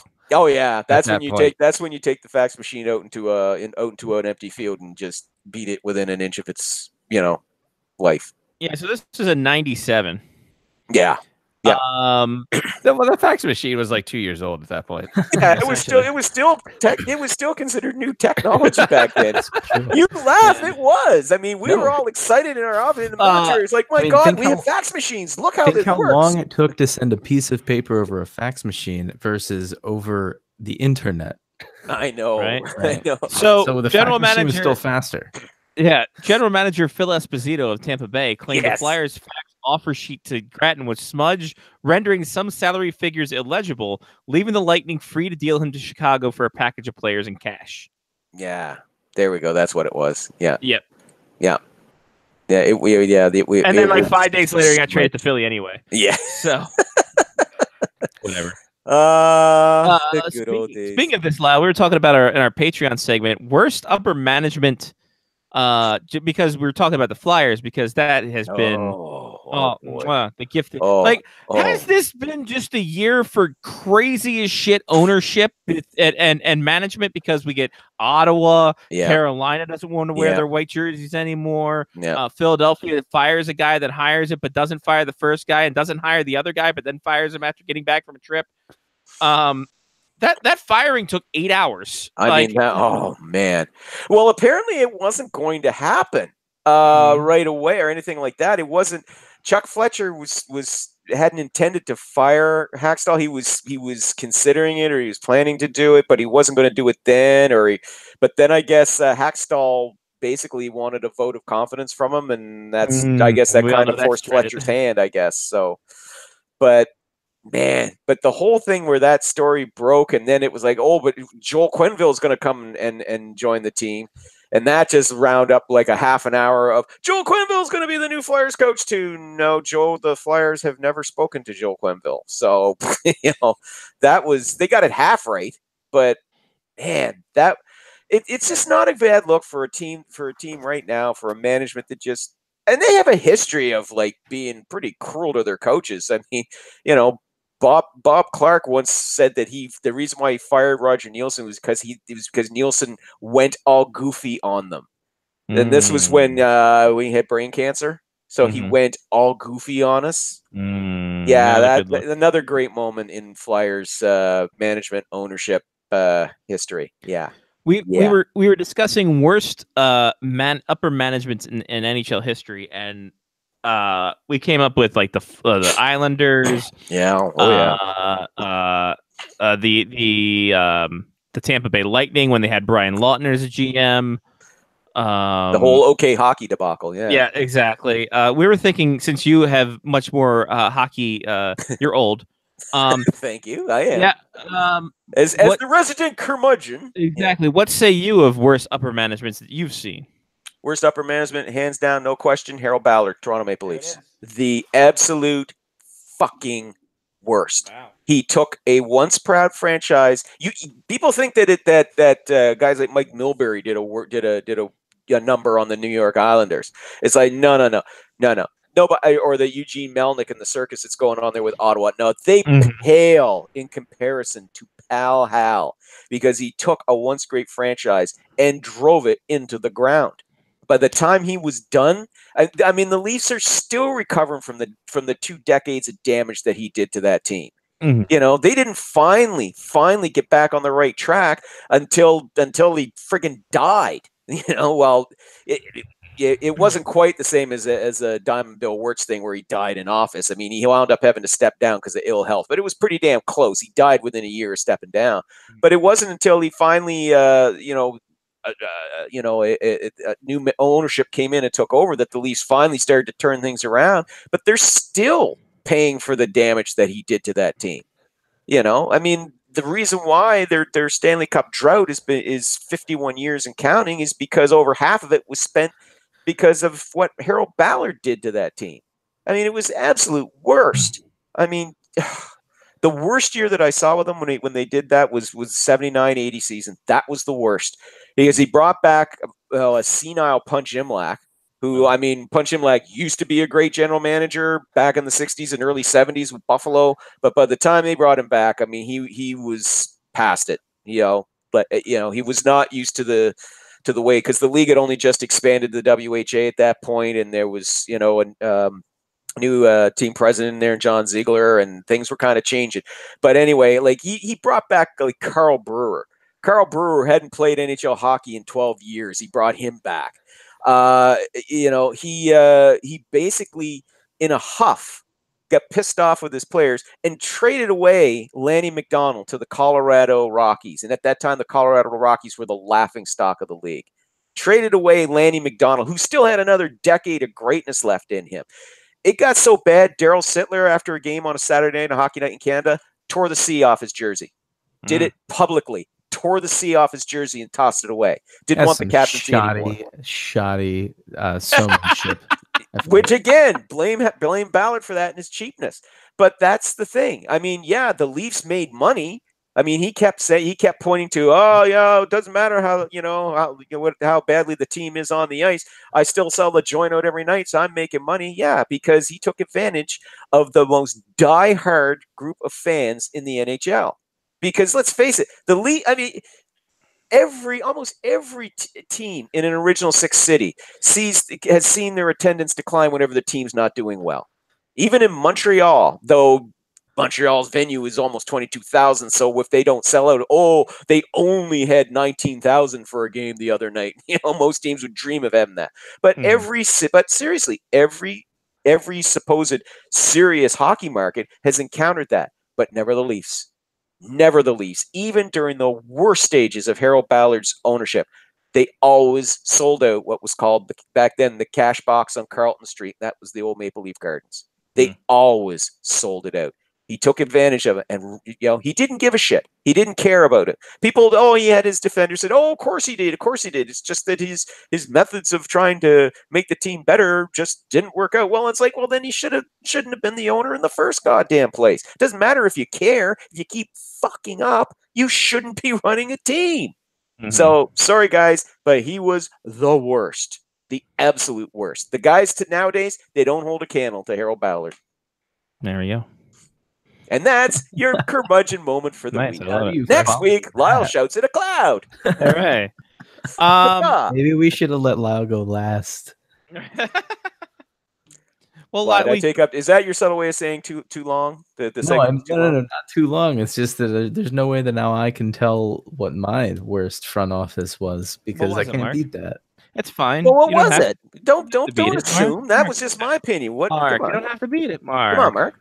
Mark, just come on, Mark. Mark, come on, Mark. Come on, Mark. Mark, where's that smile? I see where you're going with that, Lyle, and there's no way I can top that. But let me hear it anyway. Chicago in the late 90s and early 2000s was pretty good. That was pretty bad. The dying days of dollar bill Wirtz. Refusing to have a television contract. To force fans to come to the stadiums. Pretty bad. That's kind of hilarious. And listen, he was there as their owner for decades too. So Ballard, I think, was the absolute worst. But you know what? Bill Wirtz, I think that's a very close second. You're absolutely right. I mean, he disrespected too, like the Blackhawks greats of the past. He really did. They were never welcome. They were never welcome at the arena. He never made them feel welcome at all. Yeah, but you're right. That team was maybe that running should it still around be like- in place for like Bobby Hall. Like maybe that needs to be. Well, I think what people need to actually be talking about with Bobby Hall is, I think that's a CTE situation there because Bobby Hall took a lot of shots to the head, and I don't mean that in a joking way. He took a lot of headshots during his playing days, and My I big would not thing- be surprised if he agrees to donate his brain to science. I would not be surprised if they say, "Oh yeah, he was riddled with CTE." But does that make you? Does that allow you to dangle your then wife out the window? Of course not, but it would explain. Yeah. But listen, it would It would explain. explain, It would sure. explain some shit. Well, Sure. hey, may I offer up as an exhibit A Please. Chris Benoit as a That's fair. yeah, That's because fair. you're talking about guys who would not normally do things like that. Now I know people are going to say, "Well, you did that as that's what a horrible thing. You're trying to excuse away what he's saying." I'm like, no, Yeah, not wrong. I'm saying that may be symptoms of an underlying condition. I'm not excusing the behavior. I'm saying that may be tied to that. Lyle's saying he's still a shit dick, but less of one because of But there possible- may be a reason other than that he's a Right. horrible human being. Sure, AJ's making okay. some good points there too, What Mark, are we to gonna- back you up there. He's saying life under dollar bills sucked. I got Uh-huh. used to listening to games on the radio. I remember going to see Denny Savard's number retirement. And when Bill Wirt stepped up to the podium, you couldn't hear a word he said over the boo. There you go. Mhm. Yeah, he was hated in Chicago. I and thought he that was didn't care. booze. Yeah, right? no, not Both. B-O-Z-E. No. Both. It definitely No, wasn't it could've- Burns. Dennis was a great guy. Sorry, I thought he was just drunk when he came up to the podium. But yeah. Bill Wirt's pretty horrible too. Yeah. What? Real quick, Lyle, your take on the Philly situation is it basically because no one wanted Carter Hart up already? I think that could be the cornerstone of why. We talked Everyone about said this a no. month ago. Yeah. That was the reason that That Ron was- Hextall got fired. Yeah, I just Ron love this- Hextall was like, "No, he's not ready." Listen, And Paul Holmgren was like, "Fuck you, you're out." Mm. Like, Pretty much. He's named after the MVP trophy, for God's sakes. And he's Remember and, the MVP yeah, and trophy it's the was same named last after name, him. and it's the same last name as a legacy there with their former announcer Gene Hart, whose daughter now sings the national anthem for them. Is he Yeah. mean?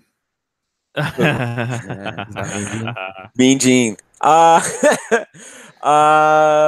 Let me tell you Listen. something, Mean Gene. listen, he may have won his, and I mean, props to the kid for winning his first game and his first ever NHL game. First ever regular season NHL game. Sure, But one game does not a savior make. But Let's. Lyle, listen, I hold hope to on. God. Wait. I hope to God they are not been too hasty with bringing him up. I really do. Oh, I do not want to see this kid get ruined. it'll be I really different don't. though when all the skate shavings turn into wine. So we'll be fine. It's true. fair. That's a fair point. They're going to be wine slushies, though, John. Right, that's true. But Lyle, hold on. This has never happened before in the history. Like honestly, like someone like Anthony Stolarz didn't come up and win his first game, and people got geeked up about him. Mhm. Remember when Rob Zepp came up? They thought he was the future when he was like 38. And Terry Nitamaki. Cal Heater, Michael Layton coming back 17 times. Yeah. Ray Emery was healthy. Brian Boucher. Yeah, and Robert Ash was the Rob- I USA was- goalie of the future. Robert Ash. Savior. Yep, Savior. Neil Little for 45 years. Yeah. You haven't even left Philly yet. Yeah, no, Roman Chechmanek. Roman Chechmanek. How could I Like, forget that was him? like, Jeff Hackett again. Like Mhm. these Martin You know, Hull. a fading. Ilya Ja- Bryzgalov. a Did we say fading we Van said Beesbrook. we said Tiro Nitamaki, right? Like that Yes, was a we thing. did. I said Nitamaki. Yeah. Yeah. Yep. Michael Bobrovsky. So Sergei Bobrovsky, right? Of course. Yep. Well, Yeah. they no. Sergei Bobrovsky until they made the stupid mistake of trading him because they went after Bryzgalov. Right. No, but they got Bryzgalov. They Why you have coexisted. to? Why you have to be made? And why you have to trade away my backup plan? Why you trade backup? All right. Let's get to some pick'ems. All right, let's do this thing. Last week in the AHL, I'm a big fan of Ska, and I'm so glad that Checkers brought it out for me. 9 goals. Wow. Then John was second, Lyle third, Mark last. For the year, Mark in first. I'm in second, Lyle in third. Johnny, that means you're last by 1 goal. I have Thank God. slid to oh my god, by 1 goal. I'm soon going to take over 4th place here. What's the spread? Pick a team and I win. What's the spread? 98 to 91 to 85 to 84. It's not that big. Not that Everyone's big. pretty close together. Still close enough. One good week could bring me back. Well, I had that bad week too, where my team got snowed out of two games. So yeah, Right? Yeah, it wasn't yeah, great. that didn't help. I haven't That had a didn't help. I haven't had a team fold up shop mid-season. In a while. That's true. Right. So that means you're due, Johnny. Yeah, So that's why I'm glad we're going to the EPHL. the Echo. Echo. Mark with a C. You go ahead and you get down with that dang thing. Let's see here. There's a team. They Mhm. play in Farmers Coliseum. Oh, here it is. Oh yeah, here we go. Bernie Kenyon. Nope, sorry. Bernie John Play us. is the head coach. I'm going with the Indy Fuel. Give me fuel. Give me power. Give me da da da da da. Hoo. All right. Lyle, you are up. Okay, I am going, of course, sticking with my wrestling theme, and I Sure. am doing a very, very deep dive here. Mm. I'm diving all the way back into Atlantic Grand Prix wrestling from the late 1970s. The first time I ever saw, that was the first wrestling I ever saw, the Randy the Macho Man Savage. Oh yeah. But there's nobody there that's Savage, so I am going with the as I try and find him again. The Brampton Beast in honor of the Beast. From Atlantic Grand Prix Wrestling, late 1970s. That Look is it a up, deep kids. It's a thing. Off There you rabbit. go. Yvonne Cormier was his real name. Yeah. John, that's you. This league's kind of backwards from all the other leagues. Most of the How other so? leagues have like places that are longer than the name of where you would be. And I know that there's one, and I don't want to pick that one because I just saw it and I already picked someone else. But I'm gonna go with a place that is less than their mascot and go with the Utah Grizzlies. Oh, that's a good one. Oh, I like What that was one. the one that you were talking about? I just saw the Kalamazoo Wings, and I was like, "That's That's a good one. We know that I enjoy beer. Some would say I'm possibly an alcoholic. No. I say I see. Yeah, you still I like don't have beer. I don't have time for meetings. That means you can be Um, confirmed to the Supreme Court. You know, you like beer. It's true. That's a I qualification enjoy now. beer. Or if I have a dispute with someone, I can have a beer with Obama. Yes, Remember can, they 'cause had you that like beer beer. summit? Yeah. Yes, because you like beer. I like a lot of beer, hence the alcoholic label. So I usually get it in a Newfoundland growler. Oh, there he goes. Newfoundland. There he growler. goes. Is Yeah. that measured in liters? I think Oh, so. yeah. Is a Tell you in a Newfoundland, is a Newfoundland growler a different size than a U.S. growler? It makes you sound like you're from Newfoundland. One growler of beer, an average growler holds 64? 64 ounces. That's a six-pack 2-liter. bottle beer holds 72 ounces. Yeah. So how many liters is that? Oh, it's sure. 2 You want to liters. get into that, don't you? I think it's 2 liters. Just about 2 liters. Mm-hmm. Yeah. 63.6 is 2 liters. I think so. Hey, Scotty Waz with the metrics. There we go. Ounces to liters. Hang on. Yeah. Where's my calculator? Where's my calculator? It's on your computer. Just go to start and then what, Johnny? you have a real calculator still." He's not using his phone. Okay, so an average growler holds. An average growler real holds 64. It's actually just under 1.9 liters. Oh, it's a so damn you- shame. Yeah. Almost 2 liters. Almost. Almost. Just like in monetary, you get less in Canada than you're supposed Right, to. exactly. All right. You know what? Listen, we've had fun. We talked bidets. We talk Almost a ridiculous. This is almost like it's almost a freaking ad for bidets. Yeah, I there's was a bit long. I'm really hoping that tonight's "Haha Fuck You" is the first time that the bidet came out, and it just happened to be a hockey game that day. Look, That'd be great. we've talked a lot of shit this show, but we've cleaned it up at the end. So Yes. Nice. It's true. Yeah. So I'm gonna go to Like a the bidet. Hot air clean to dry. two of the. Speaking of shit, two of the bottom 5 in the health inspection report Oh my god. faced Uh-oh. off against each other in 2006, February Oh. 6th, 2006. It's a thing where it has the 2 and the 6 in both the thing and the thing. You're And gonna the love thing it. with the pudding and the You're gonna thing. love my nuts. On that night, the Nashville Predators traveled to the worst arena in the world, American Airlines Center, to take on the Dallas Stars. That's right, kids. Post-lockout Predators Stars. Wow. Ugh. Oh my gosh. 2006. We Oh were my god. 5 years into the show. My god. Oh, we were all so young. Oh, naive. and boy, howdy, do we got some names on this one. So bad. 18 aside, a goalie each. Ooh. Ooh. Ooh. What say you, Mark with a C? David Legwand. Nice. Come Bum, on. bum, ba-dum. Oh, come on, really? He was injured a majority of that season. Oh, that's too Bullshit. bad because that was one I was. That gonna was a pick good too. one. I was gonna say good pull. That was good. Good answer. Good answer. Oh, good answer. And let's see the big one. Oh no. Wow, 38 answers on the board. It doesn't. Uh, It doesn't. It doesn't best Louis Anderson. why don't we still got 36 on the board? We'll go to you.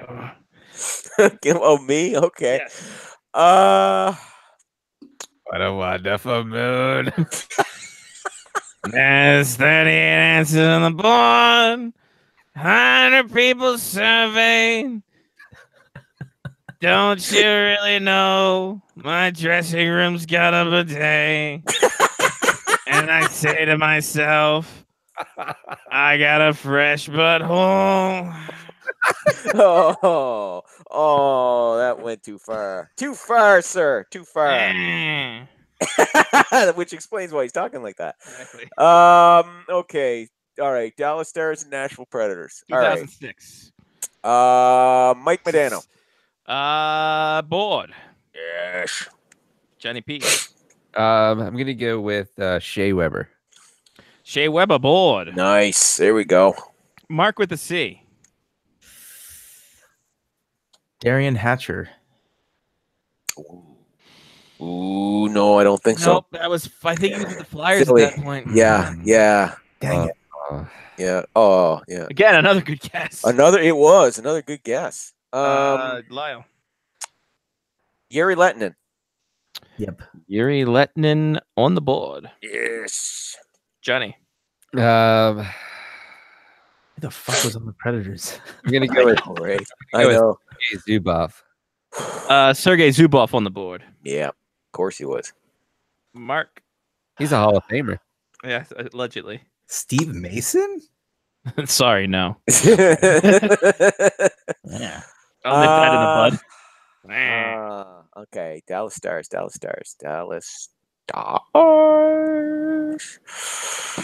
Oh shit! Hang on. Oh come on! I know these. Come on, brain.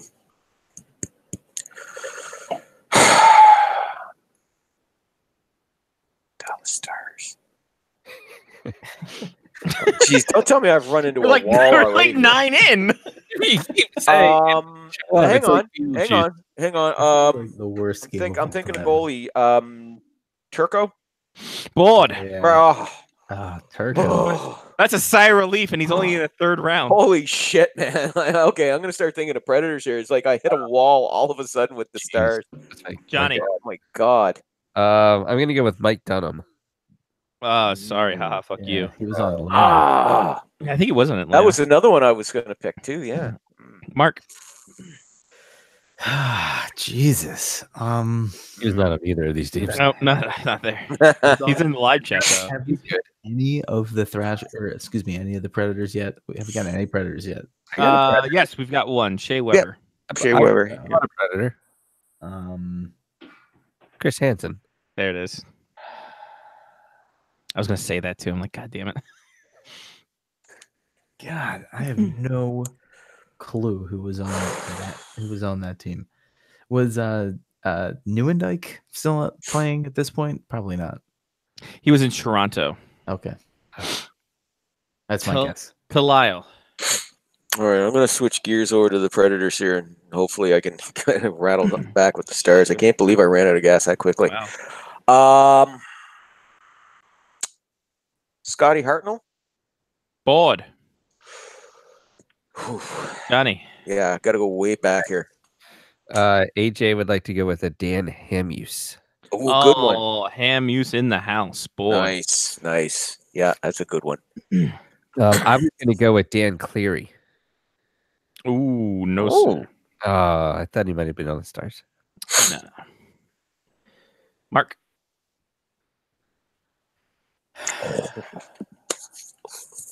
I feel like you've got one. Oh, I got one. Lyle loves it. Ah, See, it works. I'll love it.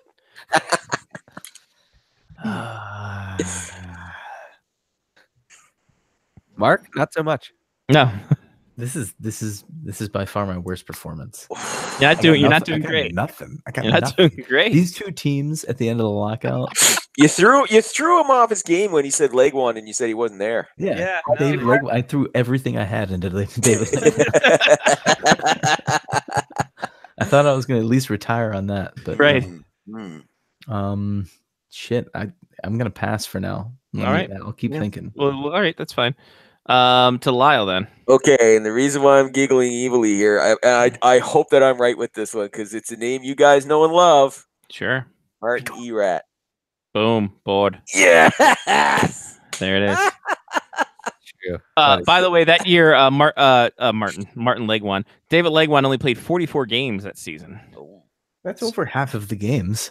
And that is over half. Yeah, the but he game. didn't play in this game. No, he played the first half of the season. Statistically, I had a good shot. You had a good shot. You had a 50-50 Yeah. over better than 50-50 shot. That him fitty. Johnny. Those are casino odds. It's true. Okay, so who else could have played on this team?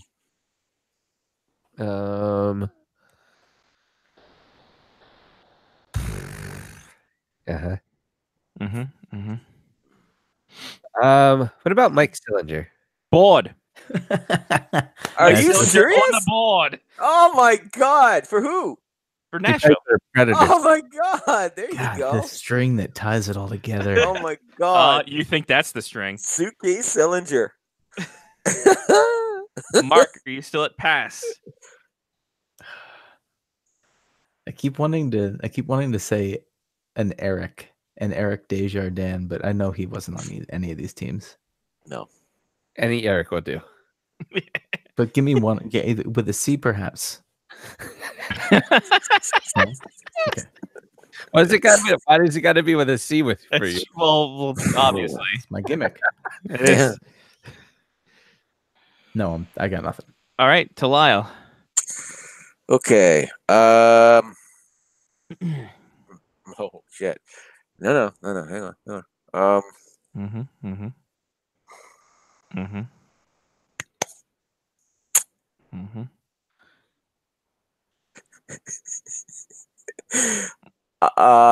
Was Kimmo Timonen on the Predators then? Bored. Oh my God! I just. AJ just put that in too. Ah! Sorry, AJ. Oof. Oh man, I'm starting to run out of steam All with right. myself too. Shit. To Johnny. I gotta think back on the Stars Oh. now. I have think- a couple of weird ones that just popped Okay. into my head. I'm gonna Okay. go Daryl Sador. Ooh, good one. Dallas Oh, Stars. No, sir. Did he play with them that year though? Was he on the roster? Let me check. Because he was with them for a long time. He was. He was back and forth too. Yeah. I want to say Stars and the Kings too. Yeah. yeah, between the two. Come on, where the hell is this goddamn thing? Tampa Bay. He played that year with the Oh. Lightning. Right. That's right. He didn't go to the Stars again until 06-07. Ah, the next year. Shit. And That then was he a played. good- Oh, then he played a season with the Penguins, then 8 games, then back to Dallas. Yeah, he liked Dallas a lot. That was a good poll though. Thanks. That was nice. I thought he was Seriously, there too. seriously. Mark, do you have any idea? Lubomir Visnavsky. Oh, it's a good pick, but not there. Damn it. It would have been Predators, yeah? Yeah, probably Yeah. would have been, yeah. To Lyle. Yeah, okay. I'm going back with the Stars, and I just remembered Brendan Morrow. Board. I think he was their captain, too. Oh. Yep. Johnny AJ. P. AJ would like to go with Ryan Suter. Ooh. Not bored. Oh, sir. he wasn't with them yet. He was not with them. Oh, okay. I want to say the year after. Let's see. And I'm going to double down on my Mike Sillinger pick and go with Alexei Zhitnik. Why not? Oh, no, sir. No, he was on the Predators. I would. Good Why try. not? Why the hell not? Yeah. I mean, he was on the Thrashers. Oh, exactly. Actually. By the way, he played that year, but not play this game. He was either healthy scratch or injured. So, Suter not on the S's on this list. To Mark, any idea? I'm gonna go with the other one, Oleg Tverdovsky. Ooh, no, sir. Was he on either of these teams? No. I didn't think so, but No. Nope. He did was. he never played for either of these teams? No, he didn't ever. I remember it was as a duck, a coyote, and I think partially a devil, Jeez. and maybe a thresh at some point. I'm running into a wall here. The more exotic the name, the more it's a good pick. Hey, better than- why exactly. not? The Why better not? pool. Yeah, and they're all defensemen right now that you're picking. And I mean, we all know Poyle loves him some D-men, so why not? Hell. Poyle wasn't there yet. Yes, he was. David Poyle. He'd been their GM from the inception. He was there since day really? one. Yes. Down I thought he was since still with day the one. Caps. back No, then. no. He joined them in 97, 98. We were Yeah. far into the GM era. When we got to high school, that doesn't seem right. No, because the first year that GM was there was the Stanley Cup year in '98. Wow, that's crazy. Right? Yep. How, The more you how, know. how old are we? Yeah. 35. Getting up there. You're getting up there, kids. Yeah. Answer that? No. It was not a rhetorical. I wanted an answer.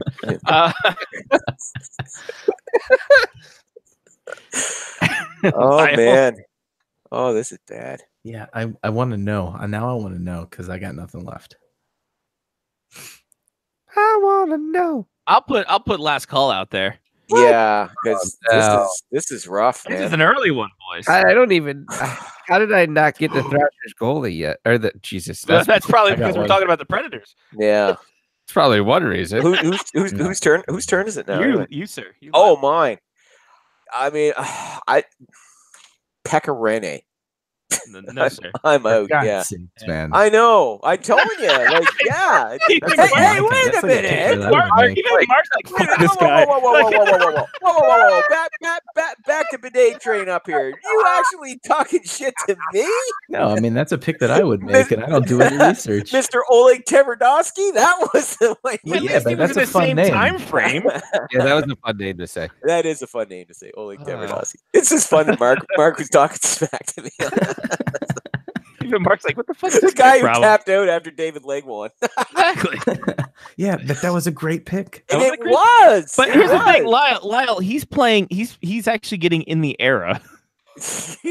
I know. Oh, That's well, then I that's did my say- I when did I when I say Steve Mason. Pecorine, that's just like that's me telling you no. That's it. I Yeah. got nothing. It's better. I got nothing. All right, Johnny.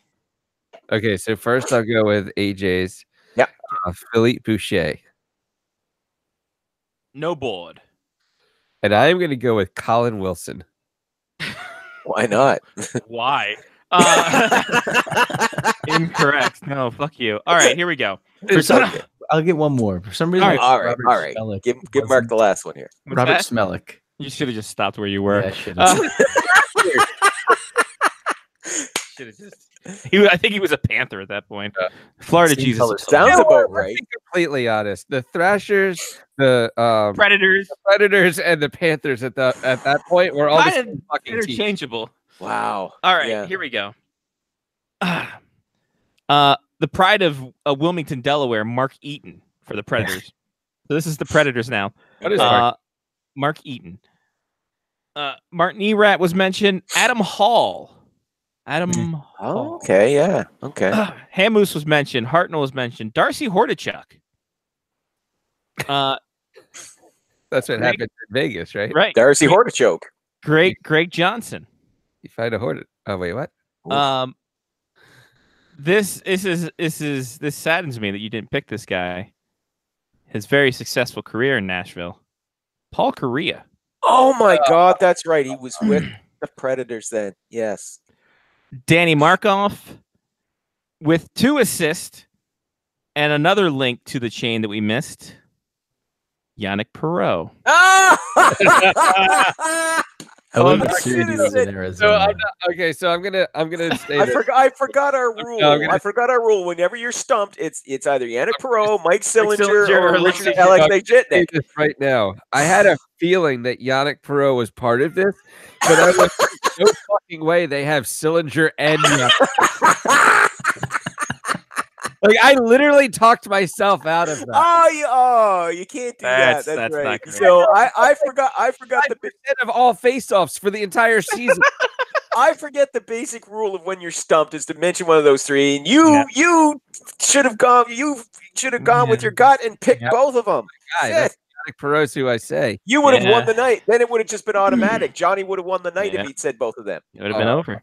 There was them right. zero English. chance that they had both of those players. Oh, well, guess what? It's 100% because they're on the same team. Wow, Full that's season. crazy. So Sillinger, Jarrett Smithson, God, their Corsi was probably up through the roof. right? Steve Sullivan, Oh, Stevie Sullivan. teaming in Jordan Tutu on this team. Hmm. Scott Right. Walker, Hmm. whoever was mentioned, Merritt Zidlicki. That's okay, that's the one I okay. was thinking of. In goal. Sure he was, Mark. Sure he was. What's the guy who had this thing? Plays defenseman, has a number. It's a a weird great ass name. name with a whole bunch of consonants. Yeah. Starts with a C. Not too tall, not too short. You know him. All right, I guess we'll give it to you, Mark. In goal.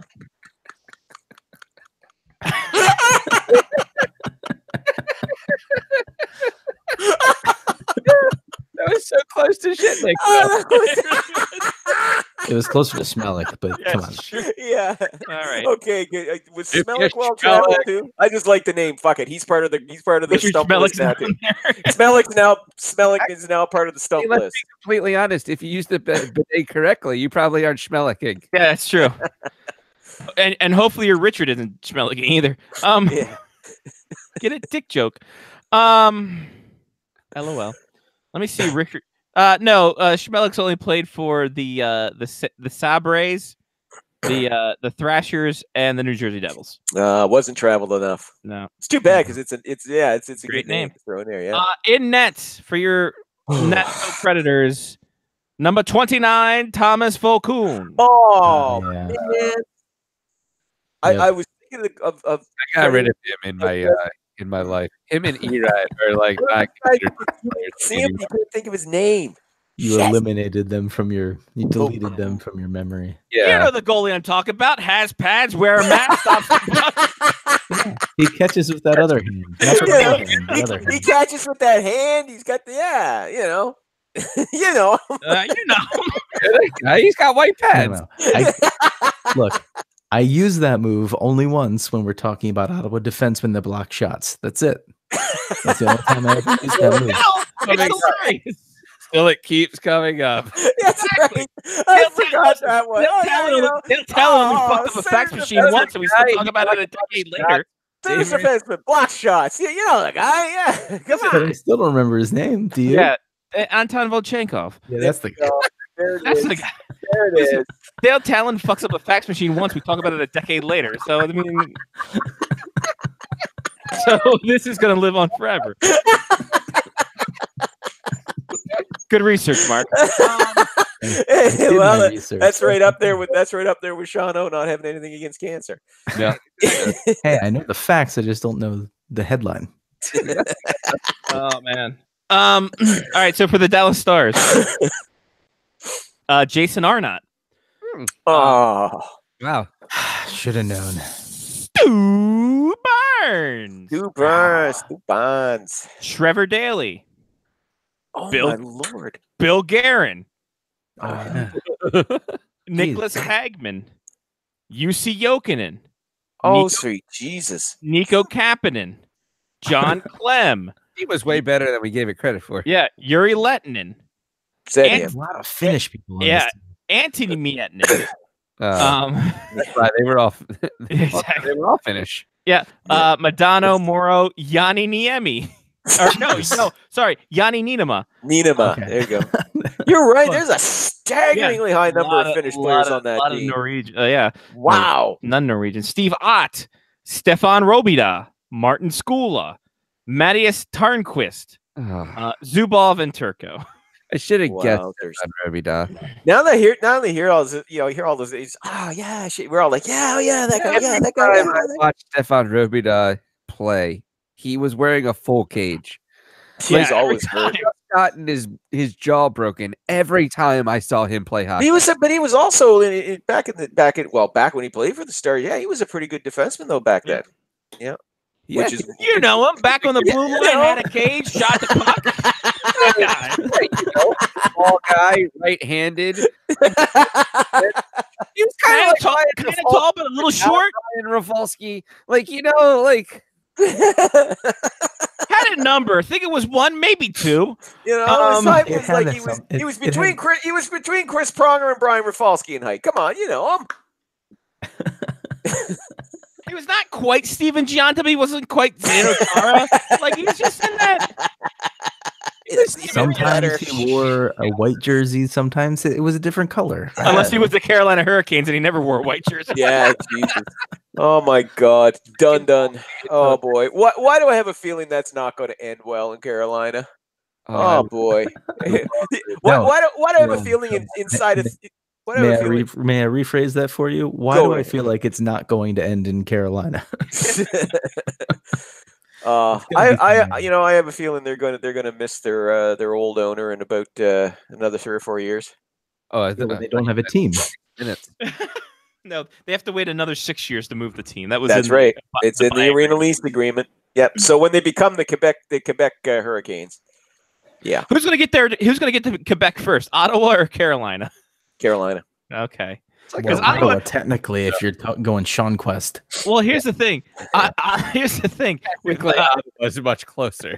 when Eugene Melnick gets bankrupt from this lawsuit, like Oh, how is Jesus. that going to work out? Is the NHL going to take over the Senators again? Probably. I remember when the NHL owned the Senators and the Sabres in the same year. Yeah. That was a great time. Wasn't that the year before they bought the Coyotes? Guys, a couple years before, it wasn't that far off. Yeah. A few years later, they bought the Coyotes, but still. Mm. You know what? The NHL is the worst ownership ever. I mean, they had 3 teams they couldn't hold on to. They had to sell them off. When I think about it, like that was the worst upper management. There you go. That's So- upper management. It's Gary Bettman, in other words. It's the worst upper management ever. Hall of Famer Gary Bettman, please. Hall of Fame. I'm sorry. when he yes. signs his what would Gary Bettman sign? It can't be a puck or a stick. Is it like a portfolio? Like sign like a vanilla envelope and It's just it's just a lock. oh, I would love it. Just a I would lock. love- A You know what? padlock. Here's the thing. Here's the thing. Oh my God. You know what? You know what, Lyle? He's such a card. He'd sign it and photo op with it. Mhm. Of course you would. And I would love that. And he would charge me. He would charge me 175. Fucking master locks from middle school. He would charge me $175 because he's a Hall of Famer now. Yeah. And it would be worth every penny for the Exactly. signature and the I'm photo. in. If we can make this happen, I'm in. I'll front the money. Hi, I'm Gary Bettman, the Commissioner of the National Hockey League. You know, when you haven't locked these players out as often as I have, you need a really strong lock. That's why I go with Master Lock. I can't wait. That's me imitating Greg Wyshynski doing a bad imitation of Gary Bettman. Right. So. Which is actually kind of almost sounds like Sean Leahy. It's really he's got 3 impressions for 47 people. Exactly. I mean, I'm telling you, they got to get the if they got to get the band Part back of the together. puck soup. I never quite understood the puck soup name. So it's your the puck- weekly bowl of hockey, and it's the puck is the hockey part that they talk, and then the soup is everything else, and you combine together, it's puck soup. Yeah, it's like talk soup.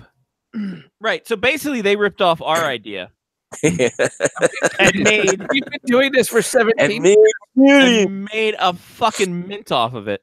We're and a we show just figured- about life with a 30% chance of hockey. And we Yeah. just finally figured out how to make money off of it. Like in the past 3 years. We should have hired Greg Wyshynski at some point.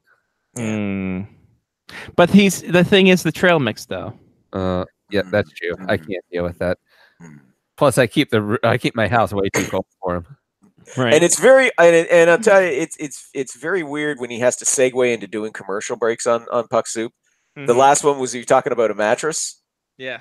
And how he's basically a warm-bodied person, and just like I'm sitting there going, "Oh, great, too much info." Maybe that's why Lozo left. It was a comment like that. I cannot wait until we get live reads for bidets. Oh man. Oh, Well, baby. yeah. Well, we will just totally have fun with those. Does your ass have a lot of shit? Sorry. Oh, My man. God, listen. Come on. Here's the Johnny. thing. Let me tell you right now. I don't know if you're the Arizona Coyotes. If you want to come back for this. Speaking of poop, do you have poop stuck to you all the time? Hi, I'm Scotty Waz for bidets. By the way, do you want to know what the top 6 bidets are? Because I just Googled it. Oh, please. Oh, now Please you tell me got the to. top. You have Please. to. At number Top 6, Yeah. they're going to show up again on this list, but the Alpha i6 Hybrid Ooh. bidet seat, but I don't know why. Why is it a hybrid? Can the water go up or down? Can you flush or spray? Run on batteries? Ooh, that'd be great. Yeah. Well, hopefully, there's enough gas probably gas-powered to or power battery? it. Yeah, if it's gas powered, I think you're good to go. It's true. So number 5, the Kohler. We all know Kohler. Yeah, of course. Novita BH90 and BH93 bidet seat. Oh, I don't know why wow. they're both Wow, ranked the you gotta same. love it when they give them those like stock numbers that make them sound like Yeah. like a fighter jet. Yeah, but why BH has to stand for something. We'll have to think of that. Big Number heavy. 4.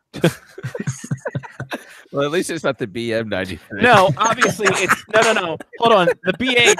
Hold on. Great line. BH. Bow hydrant. There we go. There we go. Probably what it is. Oh. Bowel hydrant. At number 4, Alpha shows up again. Yes. The Bowel Hydrant 90 or 93. The 93 it must have extra features.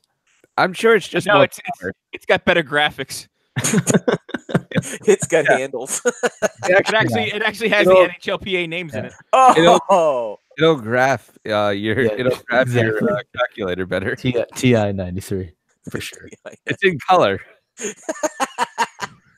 So number 4, the Alpha JX bidet seat. It's much better than the IX hybrid for sure. True. Definitely. But number 3 is my favorite because it's one of those that you know exactly what it does by the name of the product. It's the Brondell Swash 1400 bidet seat. See, that's like it takes it takes the bidet juice, swishes it around a bit, and then spits it out. Like I don't. God, the Not great. bidet juice. Well, at least it's not a swashbuckler. Yeah. I'm worried about the 1400 though. How did you get that high in numbers on your product? That's what I'm worried about. Obviously, it's many No. tests. They used the technology they had from the 1400s, and that's why they used it. It's actually a peasant squirting a spray bottle. That got taken off the market due to slavery concerns. Holy shit. You hire a midget to shoot a Gatorade bottle off your ass. Just Which one of leads those us into number Gatorade- 2, the Toto S5. Oh, it- Oh, Oh, you can hear the rains down in God. Africa. Plus the There you rains go. on your ass. Yes. It's the Washlet though. The Washlet SW3056. The washlet. That's a That lot of sounds different dainty, model numbers. doesn't it? Let me go over that again. I don't think that Number would 2. handle heavy loads. The washlet.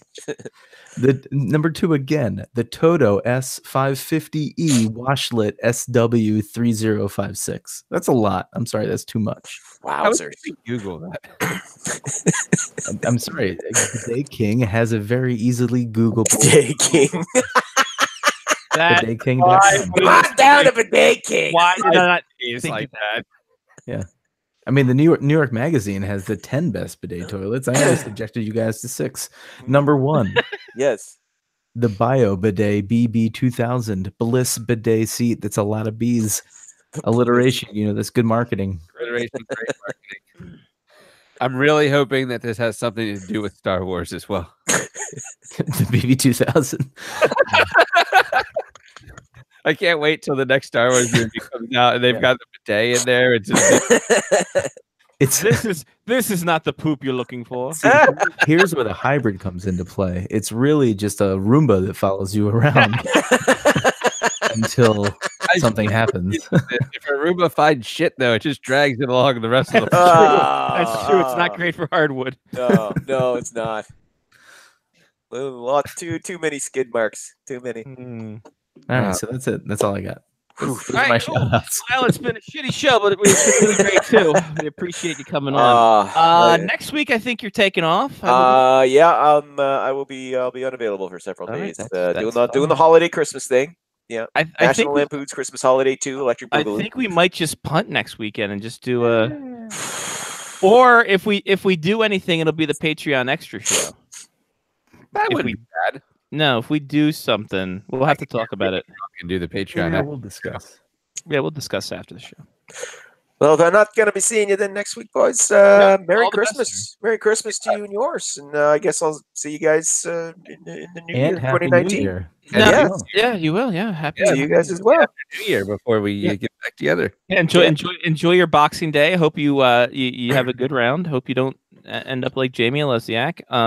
Yeah, really. Oof. And also happy Kwanzaa, Lyle. I know you celebrate Kwanzaa because of your African heritage, which Absolutely. is why yes. you have the Toto bidet. Which congratulations. So I can hear the rains down in Africa. Yeah. Absolutely. Yeah. Not that Weezer version that sounds too much like the original. No. If you hit the button and that's what it played.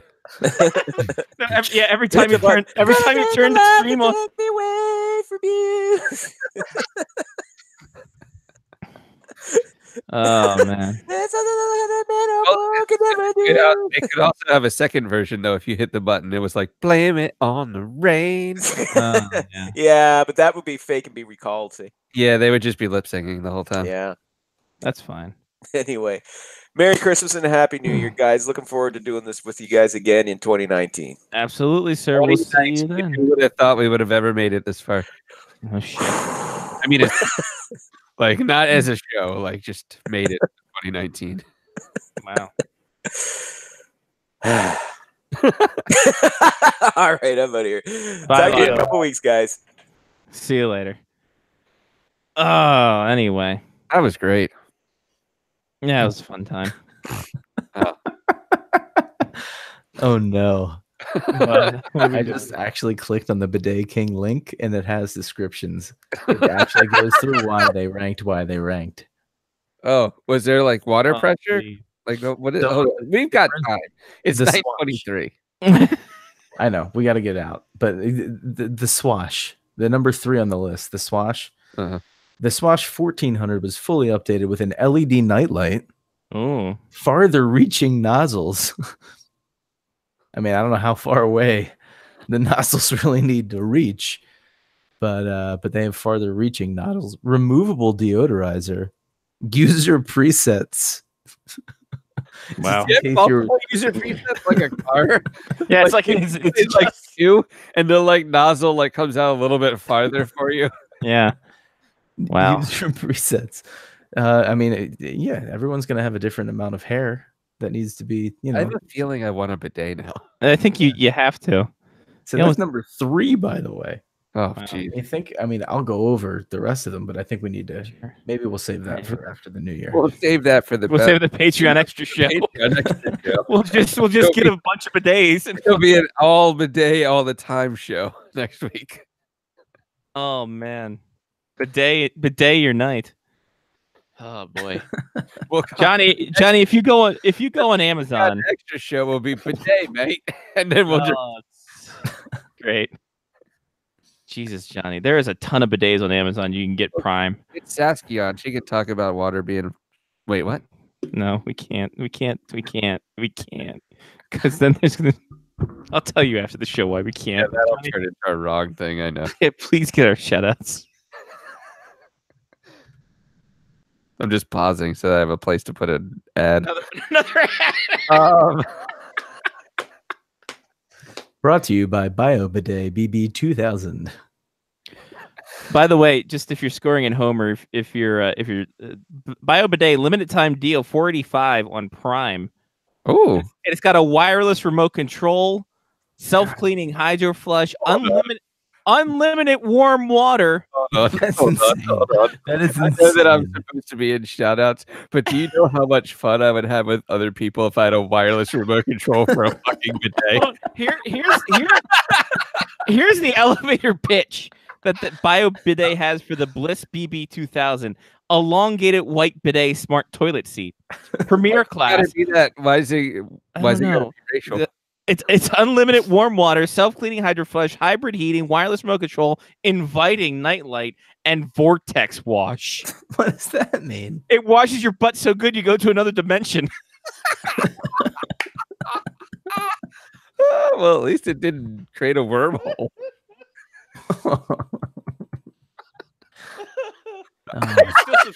If you're still subscribed to this podcast, why? Ken wants to know why it doesn't come with a year's subscription to Hulu.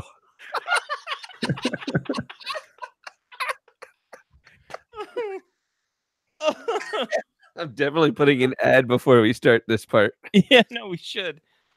Oh my god. Wow.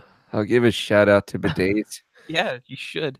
Give a shout out to Bedazzled as well. Just Why not? why not? Wow.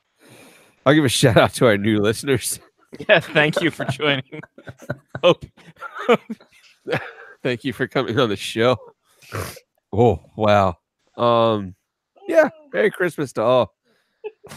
And have a great new year. And I want to see if there are any of these bidets on Prime. I kind of want one before Christmas. It looks like all of them are on Prime. As they should be. Yeah. The thing is, you have the ones that you put under your toilet seat, which you already, and there's ones that are toilet seats themselves. So you have to choose wisely.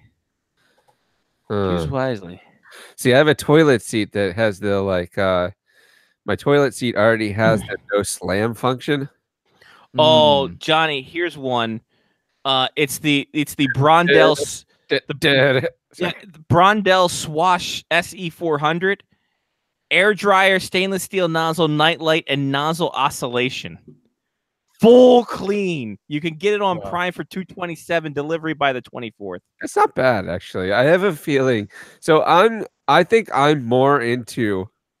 This is bidet talk on Face Off Hockey Show. I think I'm more into the dryer than I am the water being shot up my ass. This Brondell Swash 1400 has the nanotechnology nano sterilization. Oh, well, fine. If you're going to sterilize my asshole, then dry No, the nozzle, not your. Well, John, if I may move on to my shout outs, Okay, you really want your asshole sterilized. The BioBidet BB2000 has a great enema function with endless warm water, a stainless steel nozzle, deodorizer, dryer. Is that what the warm water's for? Yeah, a great enema function. That's. Yeah. I don't know how that's a selling point. I mean, it's great. It cleans. Maybe, but. It also has a stronger spray, clearly, because you need the enema function. But yeah. Oh, this BB2000, the features are hybrid heating, stainless nozzle, 3-in-1 nozzle system, vortex wash, wireless remote, wider water stream, oscillating and pulsating clean, posterior and feminine wash, bubble infused aerated wash, unique hydro flush, nozzle replacement, nightlight, heated seat, warm air dry, powerful deodorizer, slow closing seat, power save, and a 3-year warranty. Wow. You know what? So here's the point. $485 on Prime. Save 27%. Breaking into Mark's shout out to this point, but at this point, I feel like it's bidet or someone to date. Because I feel like I could just sit on a bidet now. If I get a great one, what else do I need in life? Yeah, it's true. You know what? You're not wrong. The enema function itself. I mean, right? Yeah. So I mean, my shout outs are done. The BB2000. That's all I got. And Merry Christmas and Happy New Year, because we're talk to anybody, but really, get yourself a bidet. What are you waiting for? I have to pee really bad. All right, there he goes. You should have a urinal as well. Urinal and bidet, I think. A urinal? I would rather bidet over urinal. I can piss into my tub. Shout outs to bidets. Gun Cannon said I should just find one and then I could take them on a bidet. The puns on this show. We've gone 2.5 hours for the past 3 weeks, and I love it. Clean up all these puns with a bidet. Oh God, yeah. We have to. Anyway, shout out bidets. Best 2 months ever. We're back to normal. Right? It's just shit jokes and bidets. Shout out to Christmas. Happy. I think we're gonna punt next week unless you're on the Patreon, and we might do a special show. I got nothing else. We did our best. We appreciate you guys if you're still listening and enjoyed this bidet talk. And even if you haven't enjoyed it, come back like 2 weeks. New year, new us. That's it. That's all. For Johnny P. Mark with the C. I'm Scotty Watts. Take care of yourself and someone else. This has been Face Off Hockey Show, part of the Face Off Hockey Show media faction powered by Blog Talk Radio. Facebook.com/FOHS Radio. Twitter.com/FOHS Radio. We don't have an Instagram because we don't really Instagram much or take many pictures except for Johnny and the Black Bears. That's a great name too. Johnny and the Black Bears. That'd be a great Motown name. Kind of racist though. Wait, yeah, that's really racist. What's up with that? Yeah, I don't know. Kind of just can't. The Glenn Burney's coming out in me. I apologize. Johnny and the Black Bear. Why can't they be brown bear? Wait, that's sort of the same. Why can't they be polar bears? Right there you go. Why can't they be more koala bears? Oh, because they're not bears, they're marsupials. Thanks to our Patreon people. Somehow they keep paying us. Patreon.com/FaceOffHockey Show. Chris, Matthew, Damon, Mark, Trista, Jeff, Kevin, Ethan, Mitch, Brian, Angela, Sean. They contribute. You can too. Patreon.com/FaceOffHockey Show. Guys, till we talk to you in about 2 weeks' time. Merry Christmas, Happy New Year. We might do. I might jump on for if there's something big. Johnny and I might jump on for something. We'll see. We'll keep your eyes peeled. And it'll go up on the iTunes. So if you're subscribed, it's great. And look forward to Scotty's top 5 rankings coming up. If I can turn this into a bidet deal, like this would be better than any money that I could be given. That's a lie. Give me the money too. Give me the money to rate your bidet. Hi, I'm Scotty Waz for Bidet Raiders. Rate your bidet. Whoa. What? You cannot call it Bidet Raiders. Listen, do you really hold on. Final point on this. This is what we need as a dating service. Call it Bidet, and then I can wash out all the non-prospects for you. I like Gun Cannon. He said when we come back after the new year, same bidet time, same bidet channel. There it is. I can't top that, guys. Merry Christmas, Happy New Year. Peace. And if you don't know, then it costs to fight. It's like the losers never win and the winners never lose. Like the best, it's far too hard to choose, so you let it alone. Put it back, come to another day. Looking around, you find another way.